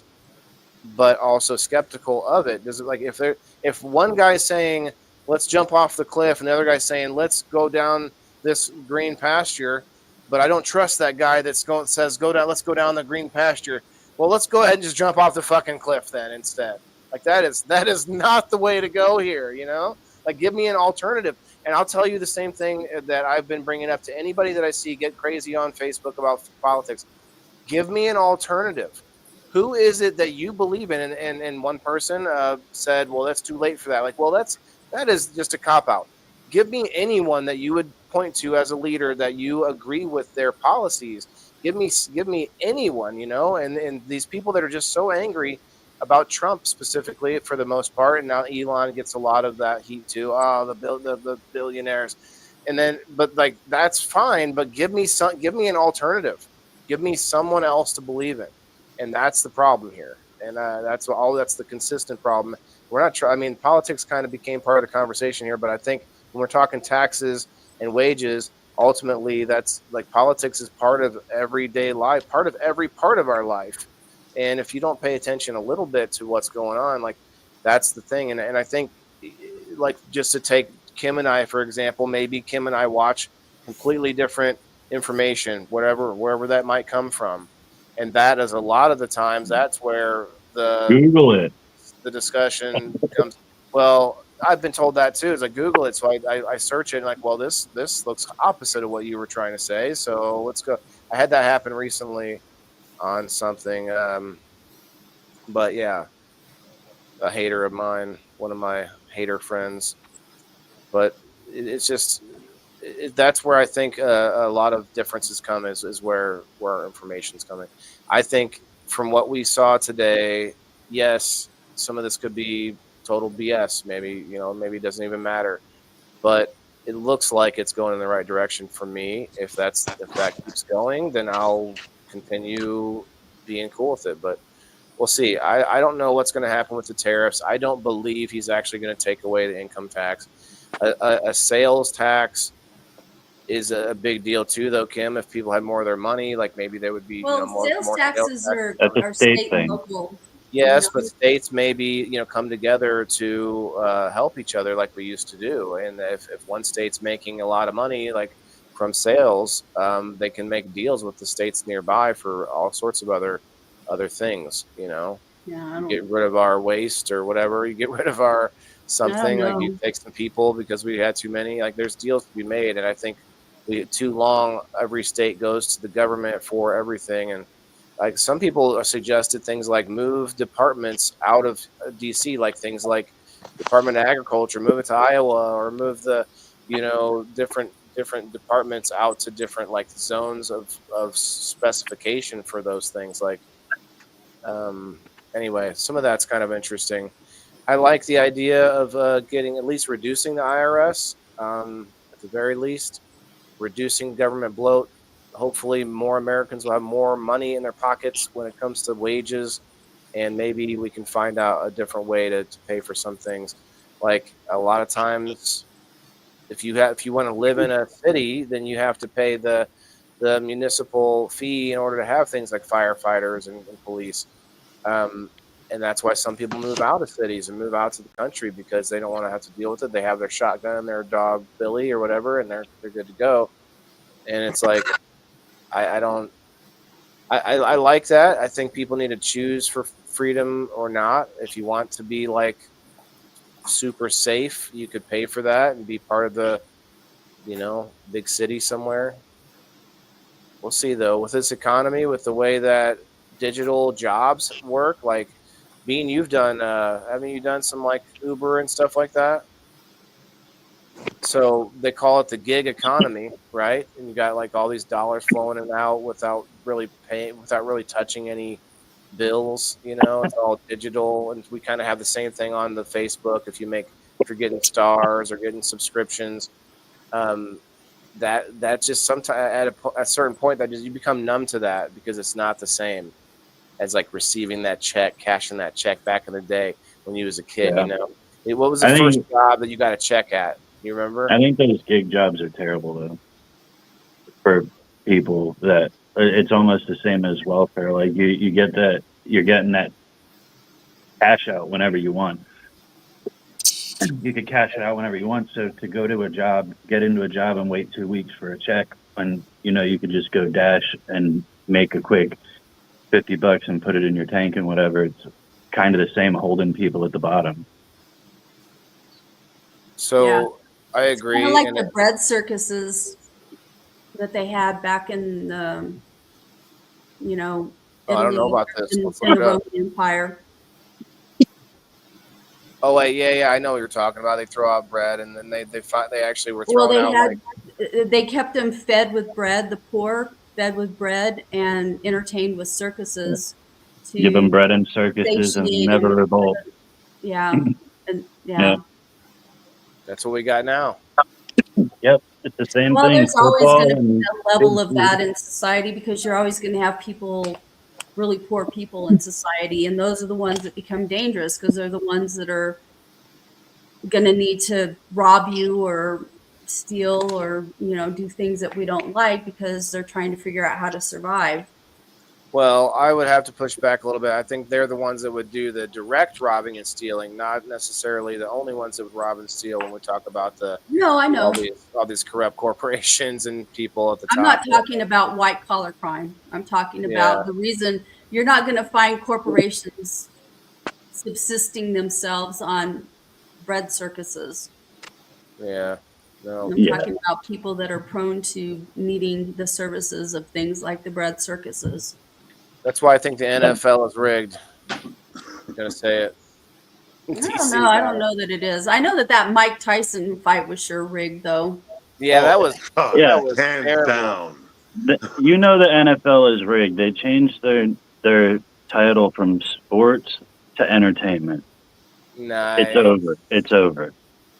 Everybody knows how Tyson fights. He would have had old boy down in seconds. You see their fight, that Jake and Logan are fighting each other now? Like, come on now. You know this is going to be set up. Your brothers, you just want to make the biggest purse. Grab the money.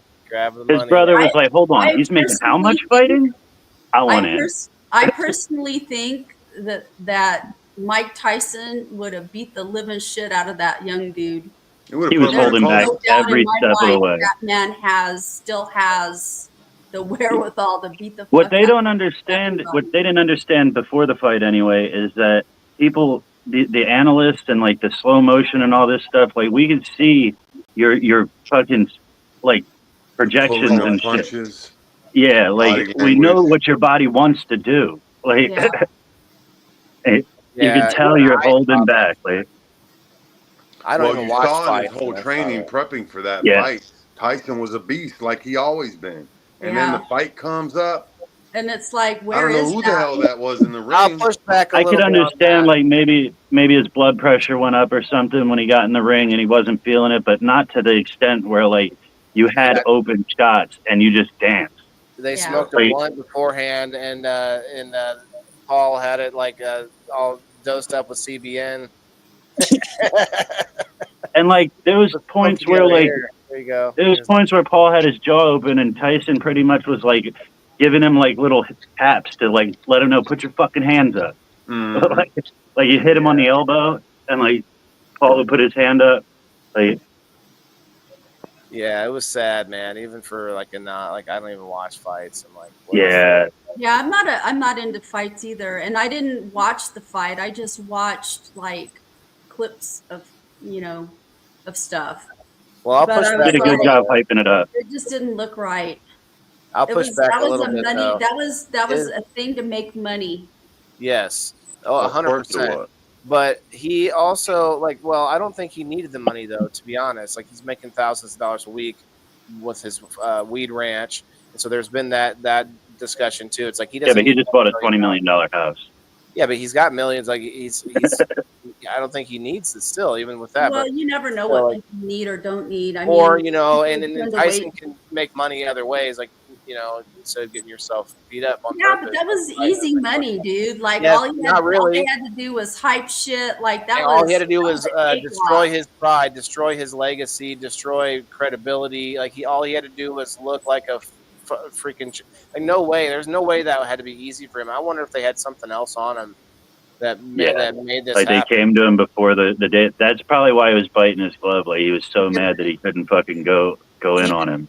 Make a couple Like, commercials. I thought that make too. up that money. Like, there's no Yeah, way because like would have the done day that. before the fight, he was talking like he was gonna go like a dog, and then the day of the fight, like something changed. Like it's almost like they approached him and was like, "Yo, you if you don't take this fight, yeah, here's a picture of your family's house." Like, I don't know if it was that bad. It was probably something more like they had something on him wise or whatever. Who knows? It could have been IRS. Who knows? But it could have been definitely something that was nefarious because he could make money, but like by going out and just being funny on someone's like on a show or like or commercials. Like I said, yeah, any of that, man. Like he could easily go make money without going and like throwing a fight. That was clear. But I want to push back here on this.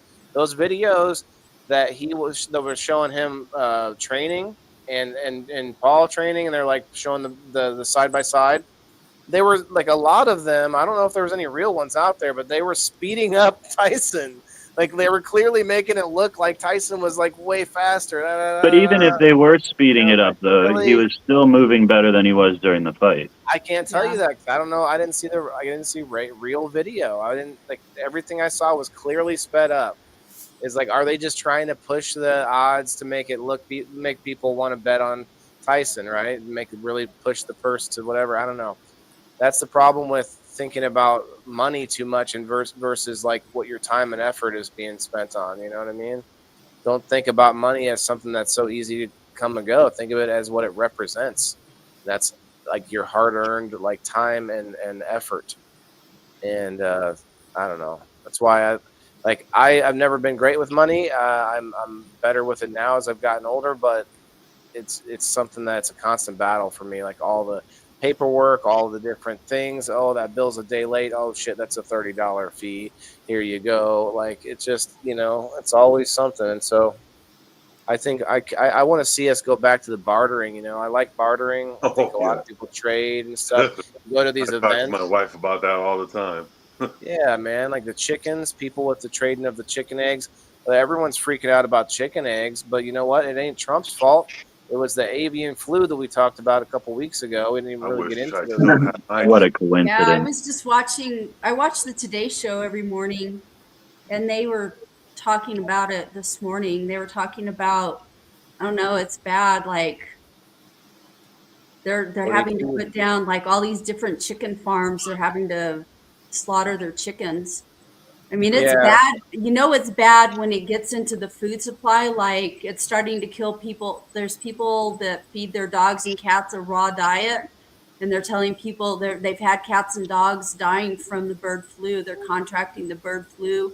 That's how the humans that have gotten this avian flu have gotten it from, I want to say, ingesting. Yeah, I just don't believe that it's. Didn't this happen like 2 years ago? Like a bunch of chickens.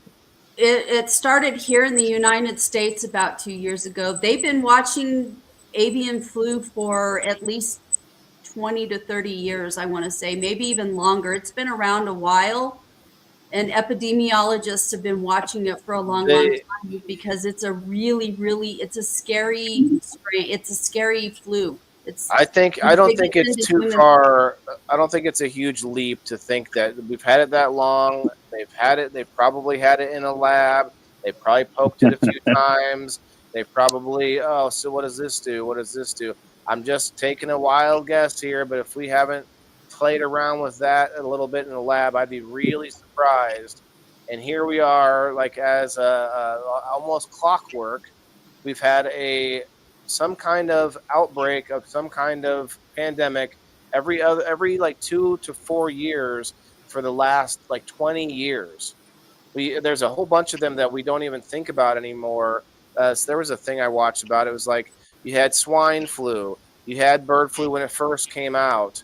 You had there was an Ebola outbreak. Yeah, there was like a 3-year gap where there was nothing, but for the last like 20 to 30 years, there's been something like Yeah, and we don't really hear about it unless they need to ramp that one up. And they're like, oh, and a lot of people I'm hearing are making pretty much assuming like the government's gonna plan another one. I'm sure, and I'm like, I can't imagine every one of them is planned, but I feel like there's at this point there's not a lot of things that aren't being Well, controlled. many of these viruses are not being manufactured here. They're coming in from outside the United States. Yeah, I from labs they remember run or fun. SARS 1 and 2. That's another one. SARS Yeah, 1, the first H1N1. SARS came in under George Bush. Yeah, and there's H1N1. Remember that? Yeah, one? I got that H1N1. Let me tell you something. I thought I was going to die. I've never had so much snot in my entire life. I thought I was going to drown in snot. It was terrible. But yeah, I feel like they were like, well, we got to stop naming them like numbers and letters because they really sounded too much like a tag on a lab, like petri dish. Instead, we got to name them some kind of a thing. But it's bird. It's pig. Most, if not all, flus come from animals. I want to say. Yeah, but we also and most of them come from swine. Swine is a huge progenitor of a lot of nasty stuff. Yes, pigs are supposed to be pretty dirty animals, but it's like, what if we didn't make them lay around in their own? No, they naturally do that because that's one of the things that killed so many Native Americans. They didn't have a defense to, the flu and stuff. The flu followed the people, the Europeans that came here. Mm-hmm. And Europeans lived with pigs for a long time, thousands of years. Yeah. Yeah. So that's why you got to be careful eating food when you go to other countries, right? Yeah. Well, it's just like, and then like Obama had, I want to say Obama had the second outbreak of SARS, and he had Zika and Ebola. Zika, that's another one. Yeah. And then H1N1 was during his presidency as well. Jeez, man, they just never stop. Well, but we've had malaria and yellow fever and dengue fever and like all of that shit. Those are things that I knew of when I was a little kid that had been around for, I don't know, typhoid. What's the one that causes lockjaw? Never mind. I would say though that it seems like it kind of coincides with all this garbage we've been eating. People are linking a lot of things to the food we've been eating for years, like things like autism with all the food dyes and vaccines. But we won't go down that path. I gotta say though, to get back to the topic, if we think we can trust our government with our money, then I feel like we've got another thing coming, and that's really what income taxes is us trusting them with our money. Now, if they had like set up tolls or set up, well, I guess, whatever, any number of like increase the sales tax, but if we had more of our money to do with what we wanted, I think people would spend it more instead of being so, So we'll see. We're getting close to that 2-hour mark, and I'm trying to find out who the number 18 was before we get out of here. I want to give anyone else a room to talk here. DC Red 6. I mean, what do you think about this, man? Anything? Well, yeah, I wasn't ready for all the topics you guys were touching on. That's okay, just the main topics. I wish I was prepared for this and knew that you guys were going to be talking about drones. And I just saw today, and if I would have known this was going to be talked about, I would have saved the info and the links. But Japan is already making those Dragon drones, but they transform like Transformers while they're in the air. Yeah. Robots in disguise. Yeah. Literally got him. Dragon flying, hovering a lot quieter than the regular drone, and then while it's in flight, it's transforming. I know that's where the cheaper, like that's the incentive. That's the incentive for everything, not just war, but everything. And so when you talk about what's the government want to make to fight things with, it ain't going to be a whole bunch of nukes that are not cheap. Like we have them. We maintain the ones we have, but we're not trying to like continue making more. Like, so where they're going to spend money? It's going to be, I think, space travel. Now that we got Trump and Elon, they both like space. We'll see if that happens. Maybe we'll make lots of money in space, Kim. Maybe it'll be like we'll be the first ones to mine a asteroid of gold. I like the idea of developing things in space, but I like the idea of it more for like weapons defense kinds of stuff, kind of like along the lines of what Reagan had in mind with Star Wars and whatnot. Have you ever heard of the rods of God? Mm-mm. The rods from God, I think it's called. You know what this is, Red Six? Yeah. So these are like tungsten rods, basically a metal that would make it through the atmosphere. And they're these giant tungsten rods. I don't know how big they are, but they're just metal rods. And they just in a satellite, and they can just aim it in a certain way using, science. And that rod can come down with the force of like, hundreds of nukes from outer space. I mean, that's just a rod of metal that's big enough that would just come down and leave a crater, a couple miles wide, stuff like that. I mean, that's just the power of having a little bit of control from outer space. And that's the thing. That's why China and America are in such a, there's a little bit of a tension there. Like Chinese space programs are really pushing. They have drones on the moon, and I wouldn't be surprised if they're not moving towards other things like Mars or whatever else. So it's going to be interesting. Some people say that, oh man, it's going to be Earth versus the moon or something like that. And actually, I watched this guy on. I used to watch a guy on YouTube, Arthur. What's his name? Can't remember his last name, but he's kind of like, he calls himself a futurist, and he's like, what would really happen is you would end up with a civil war on the moon itself, because one side of the moon is always facing the Earth is like above you. Every time you go outside, you look up, you have the Earth. The other side of the moon never sees the Earth, and so you think a generation or two down the road, people grow up completely different ideologies and different thoughts. Because for one side, like they kind of almost start to worship the Earth, like, oh, our homeland, that's where we came from. The other side just like don't even know where they came from anymore, because it would take so long to travel. Like no one's just driving around to say, hey, look, there's the Earth. Like, you know what I'm saying? Just that like thought alone is pretty interesting. So when we think about like tonight's topics, taxes and wages, all of that stuff changes as the Earth becomes smaller the more connected these countries are. And right now we've got thoughts of Trump, maybe joking, I don't know, but maybe us taking on.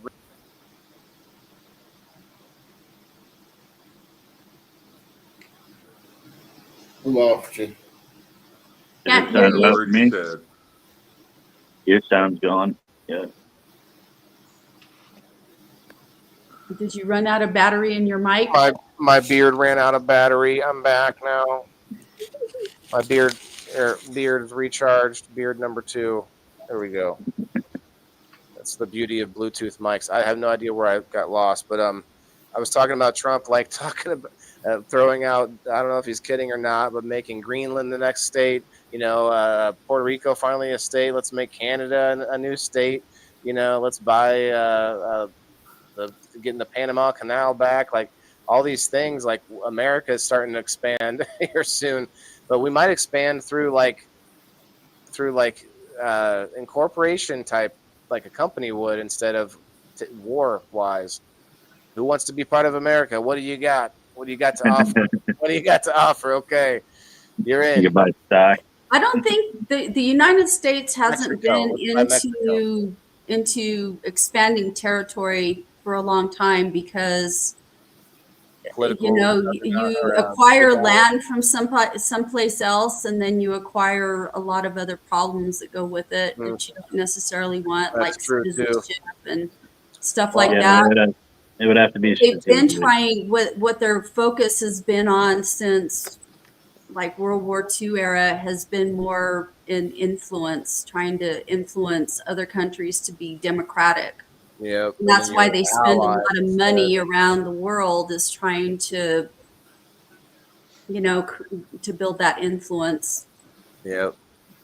Well, the winner, guys, number 18 was Kim Marston. I should have said that earlier. Kim was Kim here? I don't think Kim was here at all. But as I've been doing this week, if you are a subscriber and you're here with the spin, you actually get double. You get double. But I don't think I saw Kim most of the show. Just making sure I'm scrolling back here. Okay. Yeah. But yeah, congrats to Kim. And it's my Friday. We got game night coming up this next week. Michelle Paris, the Destroyer, is coming back to defend her title. We're going to play the race one more time. So if you want to get in on the awesome trivia race that we've been playing, it's been pretty fun. We've been stumping people by huge. Oh, Indio over on Kick. Thanks for the comment. China is sneaking over here doing small things to see how we react. That's every country, though. We do that to every country. They do that to us.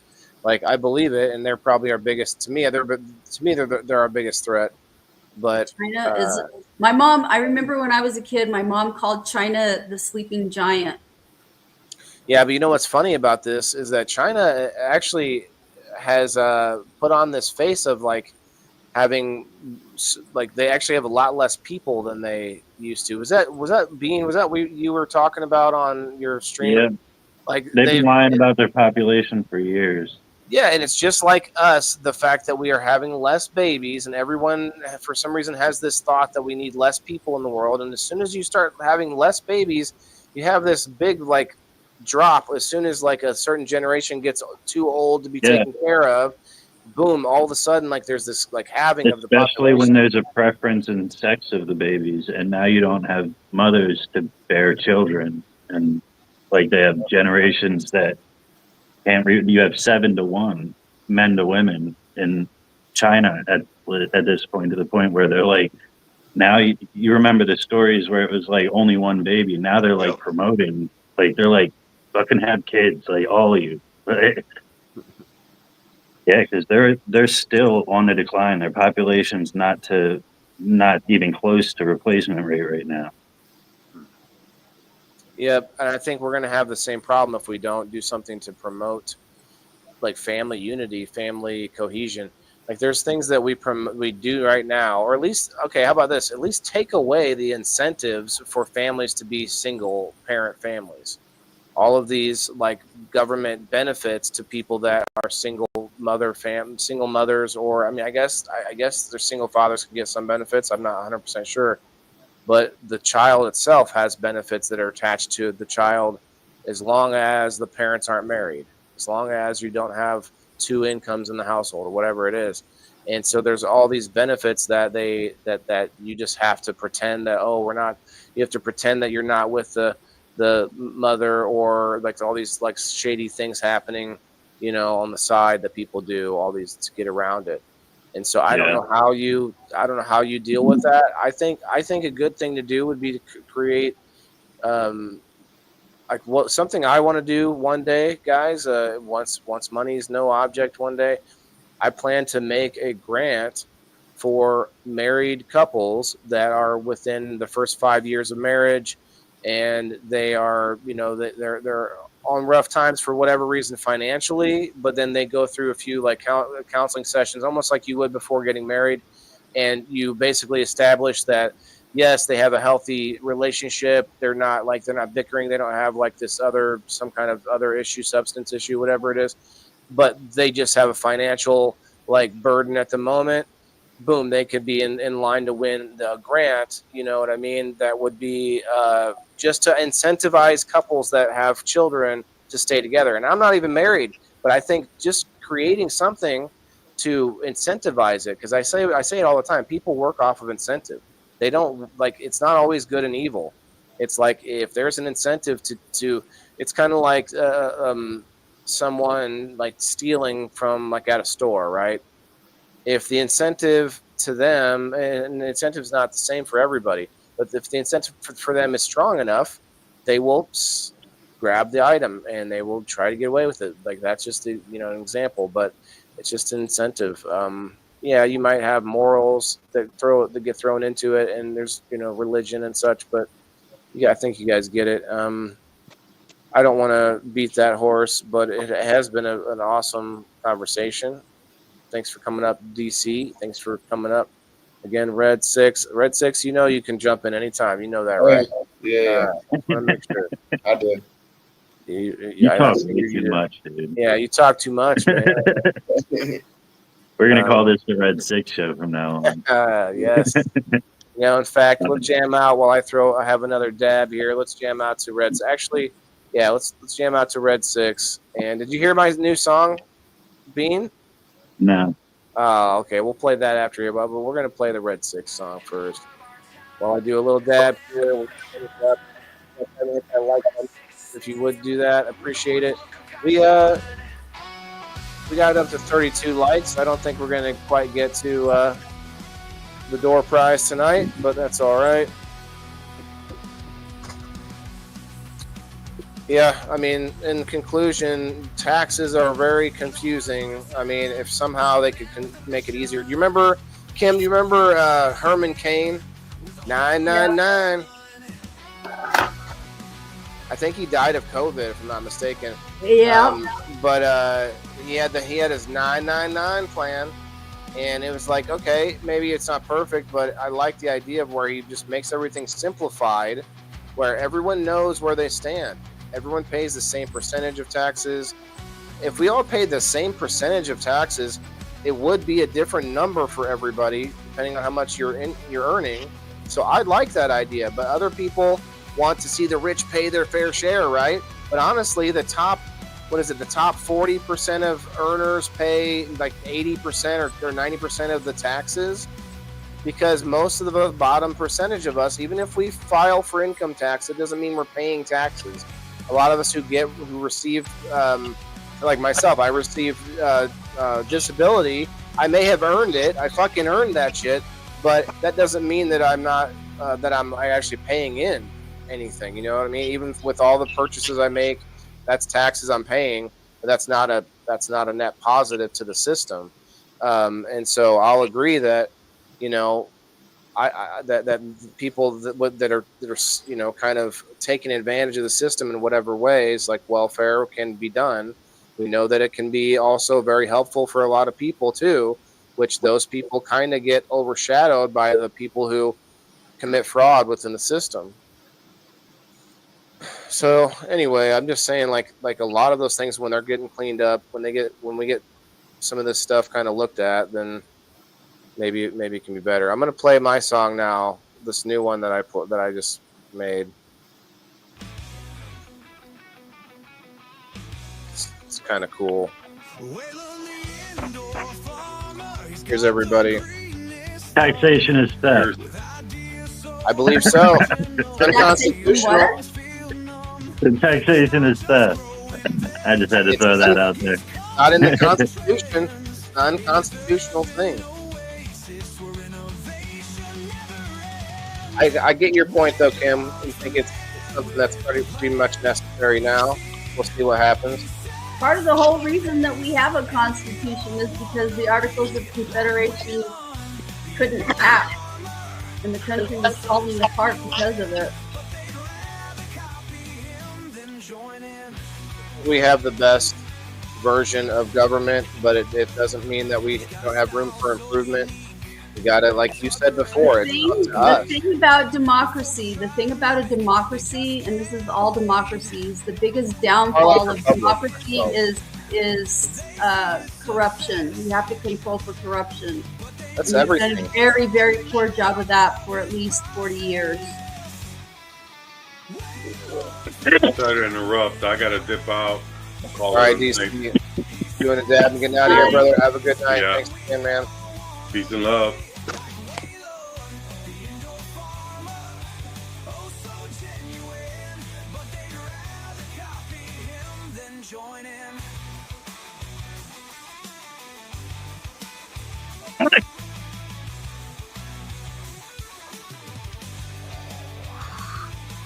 I had a little bit of a migraine, so I'm not trying to be Tom Cruise or anything.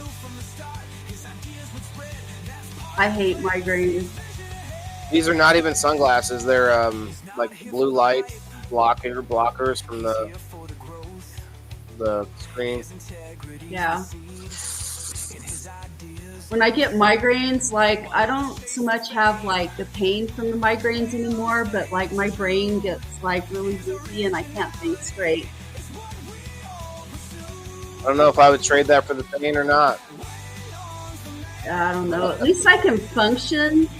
Like when I used to have migraines that were painful, like I'd be in bed for days. It was horrible. Yeah, I have special medication I wish I didn't take because I don't know what it is, but it helps. Yeah. Well, I used to take medication too, but I started looking at things that triggered my migraines and started eliminating them from that. One of them was I have really bad allergies, and my sinuses were like all fucked up. I would get chronic like sinus infections and upper respiratory infections and shit. And did a doctor diagnose you with migraines?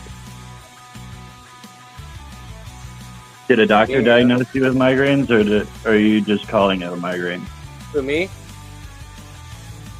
Both of you. I was diagnosed with migraines. Yes. But you have things. My doctor told me last week that a lot of people call a migraine a headache a migraine when that most people that have migraines you won't even get a headache from it. Like it's more like what you said, like the can't think and like the aura and just like I don't know, you can tell it's like a brain thing. But mine would be triggered. My migraines would be triggered from like a pain would trigger them, and a lot of it was like pain in my head, like my sinuses and just different things. And so I started working on eliminating triggers, things that would trigger that. And I had sinus surgery. They roto-rooted most everything in my sinuses. Yeah, sinuses will definitely do it. Yeah. Yeah, I had a sinus surgery too, and I think the screens probably caused me to have some. All the light in my face can cause it. Neck problems can lead to the headache too. The migraines. I was standing up earlier during the show, and I started having this pain shooting up my back, and I was like, I couldn't even sit down. I was like, yeah, I've been getting ever it. Since my accident. I've been getting like serious headaches, like to the point where I'm throwing up all day and stuff. And like I've gotten MRIs on my neck, my head, and all this stuff, and I've got all kinds of problems. But have you been to physical therapy? I start Wednesday. Have your physical therapist teach you stretches and things to do with your head. Like one of them is to like, because I have herniated, well, not anymore. I had herniated and ruptured discs in my C-spine. Now I just have bone on bone and stuff. But one of the things that you can do is like you take your chin and you like put your chin all the way, kind of like, I don't know how you do it, but you like take your chin and you like push it back, and it alleviates like the compression of your nerves in your C-spine. Yeah. No. Trying to walk like an Egyptian. No, we'll go with that. We'll go with that. Give yourself like 4 chins. Yeah, you just take your chin and you like push it kind of like all the way back. Or, I don't know how to explain it better than that. But have your physical therapist work with you on that stuff, because that was another thing that was causing me was really inflaming my migraines was that stuff too. Yeah. I'm going to 2 different physical therapists, one for my neck and shoulders and one for my lower back.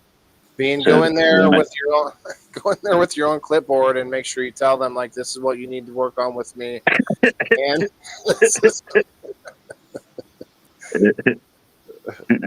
hey, you know Kim? My teacher told you. Just giving shit. Well, hey, Yeah. you guys have a good weekend. I've been in physical therapy myself. I haven't been as good as I need to do the exercises more. But actually, I was actually doing the VR, and I was doing an exercise in VR. I didn't because I was playing this game, and I chose to move in the same way that I was supposed to be doing this exercise. I started doing the exercise. I'm like, okay, this works. Okay, I'm like, I'm swinging a sword, and I'm just like, okay, it's like this. I'm supposed to actually this one exercise I'm supposed to do is like throwing a frisbee disc. Yeah. For my shoulder, which you think would be opposite of what you should be doing if your shoulder is injured. But you're not putting the thrust into it, though, right? Yeah, it's with a band. I'm supposed to use a stretchy band. What, Kim? You have to keep your mobility, and those muscles that you have in your shoulder, like those micro movements, really help to keep the muscle built. It helps to build that muscle back up and stuff. Yeah, it's almost like a chain, where is what they say is like, where if there's a weak link in the chain, then the only thing you can do is strengthen everything else around it. And I have some damage in the muscle which could repair itself, or could be scar tissue or whatever. But if I strengthen everything else around it, all those, like you said, the micro movements and stuff, that's what's going to get me my shoulder back. Because right now, when I have the most pain, it's like it hits me for like a couple minutes where I'm like, oh my shoulder. I'm just going to let my arm go, and that's because it's hitting the freaking socket. It's like bumping in the socket. It's not fun. Yes, you're talking to the woman who shredded everything in her right shoulder. Bicep, labrum, rotators. Like with a specific incident, like what, like was it? Well, it started out when I was young. I used to play a lot of sports. I played volleyball. I played tennis. So I had rotator cuff damage from that, from just the shit that I did when I was a kid. Okay, so you just kind of piled up a bunch of stuff versus. Yeah, well, I'd imagine it probably started with the rotator, and then over a period of a couple of years, because I'm just stubborn and I want to get shit done, and I don't have money to hire people to do whatever. I built my own greenhouse. I designed and built my own greenhouse out of PVC pipe, and that's where it started. I ripped the shit out of something in there. And then the following year, when I converted my back porch into a greenhouse, that's when I shredded my bicep. So I shredded everything, and it felt so wonderful. No, don't do that. I don't know what to say. I'm going to try to strengthen my muscles in general, not just shoulders, in order to maybe not do that in my knees or somewhere else. You know what I mean? Yeah. But anyway, Bean, are you far away? I'm just about to try to wrap it up. I had to go get a Tums. I got heartburn. Okay, I know. I keep trying to wrap it up here. So let's just get going. You guys have a good weekend, everybody. We'll see you next week, Sunday night. I got some things to do this weekend. Red 6. Maybe we'll have to see what's up this weekend, man. Guys, go check out Boots to Bushes. Every week they do a giveaway for veterans. And also go check them out when you see them out at different events this summer. It's going to be good. And, Bean Dongo from the Fire in the Hole gang. And we got Kim from the Leave It to Beaver. Oh, legit Bean review. My bad. You wish it was a beaver. Or woodchuck. Wood? Oh, okay. All right. You guys have a good one. What is the thing that sees its shadow? Ground chuck. Groundhog. There you go. Ground chuck beef. That fucker better not predict any more cold weather. I'm over this shit. Damn cold weather. It's just now February. Like I feel like we're gonna be hit again. What is it? What do they say? 6 more weeks of winter. Groundhog's Day is exactly 6 weeks before winter. You mean before spring? Spring? Before spring, yeah. No matter what, if it sees a shadow or not, in 6 weeks, it's spring. We've been lied to our whole life.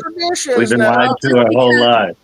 Just because it's spring doesn't mean you're going to get warmer weather. I've seen nasty, cold-ass weather come through spring. I feel a topic for next week already coming on. Groundhog's Day and daylight savings time. Do we need these things? Yeah, Groundhog's Day is soon, isn't it? Like next week? It's coming up. Like the 2nd of February or something, right? Just in time. Let's go. Yeah. It's like Groundhog's Day and daylight savings time. And by the way, what's prime meridian? Let's go. Let's just talk about it, all of it. All right, you guys, we'll see y'all later. Have a good night. Remember, everybody's got to eat. Peace. Yeah, this is for my green thumbs in the game. Wailing the indoor farmer. Check my name. Sustainability, we about to reclaim. This is how we do it, keep it in the frame. I'm Wailing the farmer, the indoor king. Living off the grid, what the city can't bring. Got my hydro setup, my LED lights. Growing all my greens, all through the night. Self-sustain, that's the mission. Growing my own, I'm not missing. Indoor farming, the hustle's real. Whaler's here.